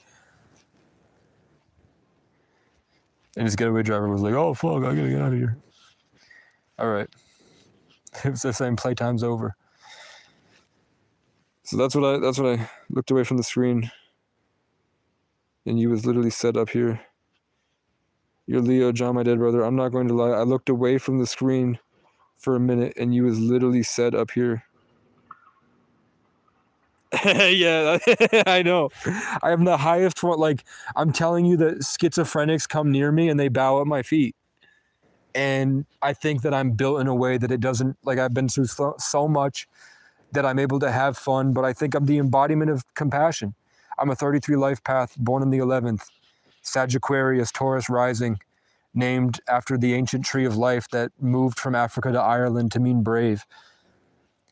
And a last name that means exalted descendant of giants that gave their life fighting to free humans from slavery because of the abuse they went through as a hybrid child. And my middle name means it just means freedom. So it doesn't really, I accept it gracefully, but it's a normal occurrence for people that are diagnosed with schizophrenia to come into my presence and then freak out and call me an angel, or to throw themselves at my feet and want to join my kingdom, or to like open their eyes, they bulge out and their eyes go, what is it called? They dilate. And I've had kids go, you're the highest form of empath possible. And it's just second nature to me because I grew up alone. I'm not trying to jerk myself off or gas myself up. I grew up alone in the woods. So it was natural for me to see things as like, okay, this tree has life inside of it. This tree has love. When I cut it, it feels pain. When I peel my skin back, it hurts. So what if I peel the bark off? That tree probably hurts. And I also think that there's probably ancestral spirits that are more esoterically in tune, that are influencing my empathy by stimulating my body to feel a certain way. And that it's not just like, maybe it's embedded in my blood, but maybe it's also like a spiritual gift in divine anointance. That it's more like there's something that's picking up on the esoteric side of things, that's suggesting things to me. You know, I don't chalk it all up to my bloodline and my circumstances of my birth and my spiritual initiations and my rite of passage and my perseverance to use my mind autistically to come up with different situations and let the pieces all come together in my life story to unlock certain things. I think it's a mixture of everything, and I think that with what I said tonight, it opens up the avenue for that experience for other people. It kind of quantifies the spiritual aspect of the of the electromagnetic spectrum and the metaphysical mystery schools. I am able to quantify it and articulate it in a way that's more easily digestible, so you don't have to dramatize everything with a Marvel movie like the Bible does. There we go. Is that autistic enough, bro? Frequencies. Your name means beloved one.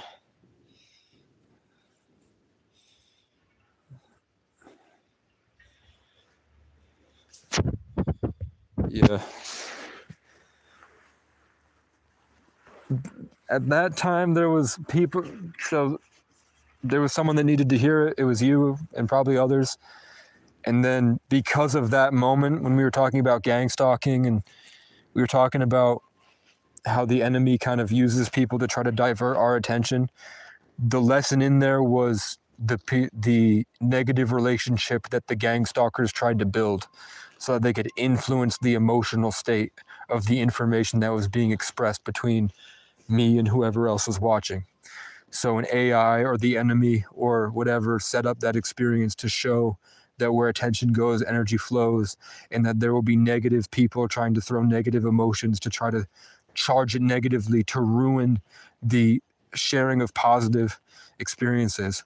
And it was also probably a balancing act, because where you were and the other people listening were, that grounded them in a sense of groupthink, so that it didn't hit as hard, and maybe it was actually easier to digest in that moment, because you had that grounding anchor of those negative little twerps that spam the crackhead laughing emoji and tell me to get off meth.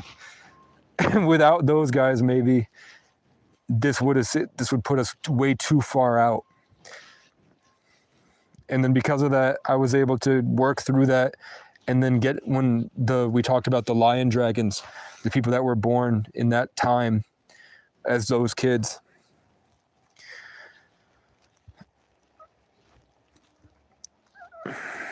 Because we have the lion dragons, and then the snake, and then the year of the horse resets the cycle. So then the new souls come in. The old souls fall under the cats, the lions, the dragons, and the snakes.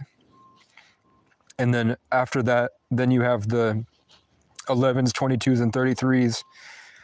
And then for the days and the life path numbers. And then the 20 and the 2 are the secret 11s that have a more of a feminine aspect of and less of the master number. And that was just in the cycling of the soul system that the Freemasons believe in. They quantified that by building the world in this way, so that they could monitor and channel the information coming into this realm. And that might not necessarily be the truth whenever the new calendar is revealed, when we pioneer the new level, when we enter the age of Aquarius. Maybe I won't become a 33. I will dissolve from the 33 life path born in the 11th, because it won't matter, but it matters right now because we're in it. And I love who I've become and who I am. But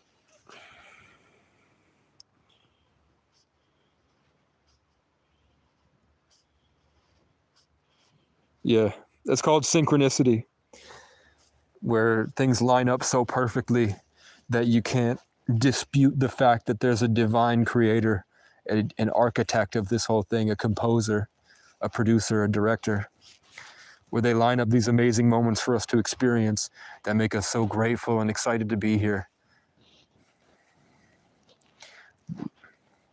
And I'm like, as a Sagittarius, I call it they say that when you get to a point in shamanism and spirituality where you find out your real name and you get your native name, like in Native American tribes, you get to a point in this part, like your early 20s, where you and your higher self discover your true name. Like Ralph Smart goes by Infinite Waters. I have a name, and I had a dream. I was given my native name, and that's my favorite part, is when you're humbled and you realize you're humbled, and it's scary and you're vulnerable, but you realize you're being protected. I love those things, but I also realize that you're being gaslit into that way by something that creates a problem just to solve it. That's what pimps do. So I don't like that, but those are some of the best moments where you can kind of let go and let God. That's some of the best part of the whole thing. Because then it shows you all the stuff because God loves you. So then God shows you all the cool stuff that He has planned for you. So I reluctantly go because then I get weak and scared and alone. So I know it feels good to be protected, but at the same time, I recognize it's kind of fucked up to create an enemy just to save you from it. It's all about balance. There was a time when I used to be terrified of being out in the woods. Like I could never. In 2020, it would have been really scary for me to be out here. It still is. Okay, I'm going to answer one. If anyone has one question, like anything that's on their mind that they feel confused about, I'll answer that one question. and then I will. I'm a head out and see what happens. So, whoever's here, it's probably going to be you, Finesse. Finesse to Trap. Your name is Finesse to Trap. I would change your name, bro. Finesse to Trap.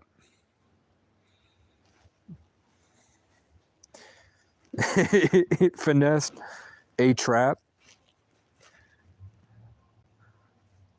It's cool, I guess, like if you finesse to Trap, like you played the game.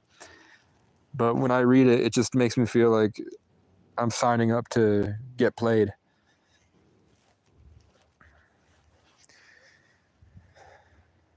That's probably why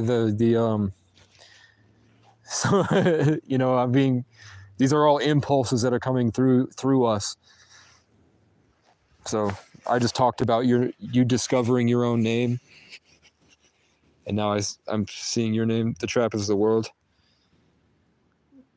Like Donald Trump. Donald means the ruler of the world, and then Trump means to defeat. So to defeat the ruler of the world, or the ruler of the world defeats. He's the guy that it could have gone either or. He could have been defeated or he could have won. And the whole world kind of voted for Donald Trump. Finesse means artful performance. That's cool. It's like a double meaning where you instead it seems like it's a bad thing, but it's actually a good thing. And you're a Leo. We talked about the sun. I used to think Leo's. Every year I think I have a favorite sign, and then I learn more about the other signs, and I realize how perfect they all are, and it's hard to have a favorite. Like I thought Leo was my favorite for a long time, but I'm starting to think that this cusp of Scorpio to Sagittarius is my favorite. But then I think about Taurus, and the Aries, Taurus, Gemini, like the cusp of Aries into Taurus to the cusp of Gemini into Cancer. That's an amazing time. It's all perfect, and like Jesus and the 12 apostles. And then I think Cancer is my least favorite. I fucking hate Cancer. I fucking hate Cancer so much. Cancer's my least favorite sign. But Cancer deals with the encapsulation and the deep flood of emotions. And I'm a Sagittarius, so I'm this expansive, blowing everything out of proportion to free us from disintegration. I'm the catalyst. Sagittarians are the freest signs. Like anywhere you put a Sagittarius, they want to blow out with momentum. That's why they're ruled by Jupiter and their color is orange. They're also the wisest signs. People say it's Capricorn. It's not Capricorn. Or else Capricorns wouldn't be so money-oriented. They wouldn't be so power-hungry.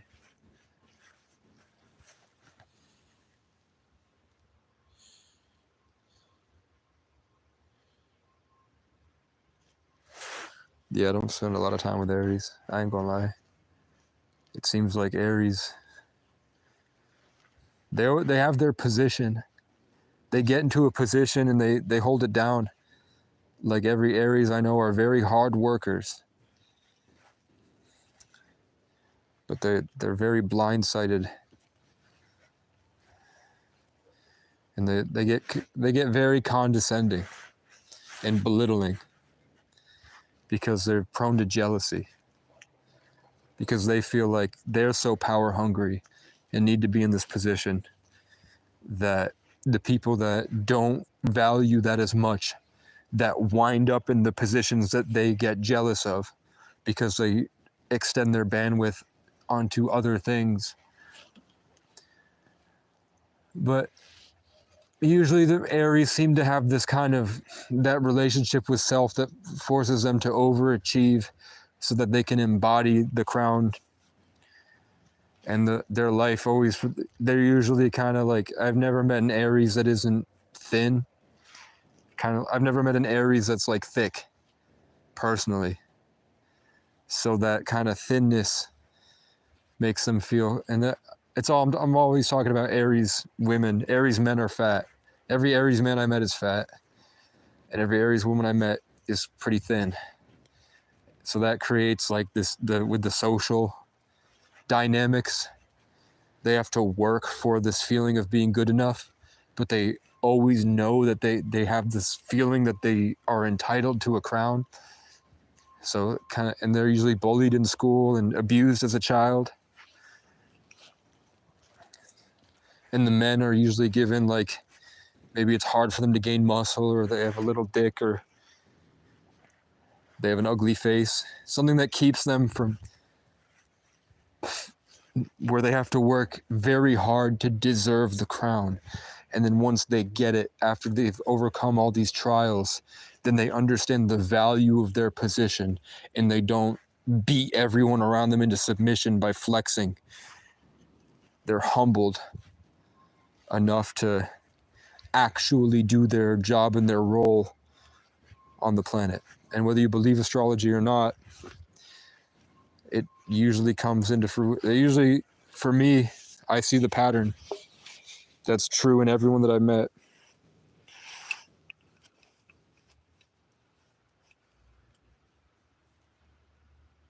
Yeah. I hope I helped you, man. If it gets you to a better life, and if you win the lottery, come back so I can help more people. I don't know what's gonna happen. I feel like I'm gonna die soon. It is what it is, man. At 3:22:11. If anyone gets this far, make sure to like and subscribe. If you know any Richmond, north of Richmond, or your grandma needs some good karma, support the revolution. Or just help me get a McDonald's sandwich with 0.001% baby in it. But I'm going to start eating healthier. I feel like I'm going to go to sleep and I'm going to wake up in a different world. And it's scary, but life goes on. I have to prepare for the coming storm. Good night, everyone.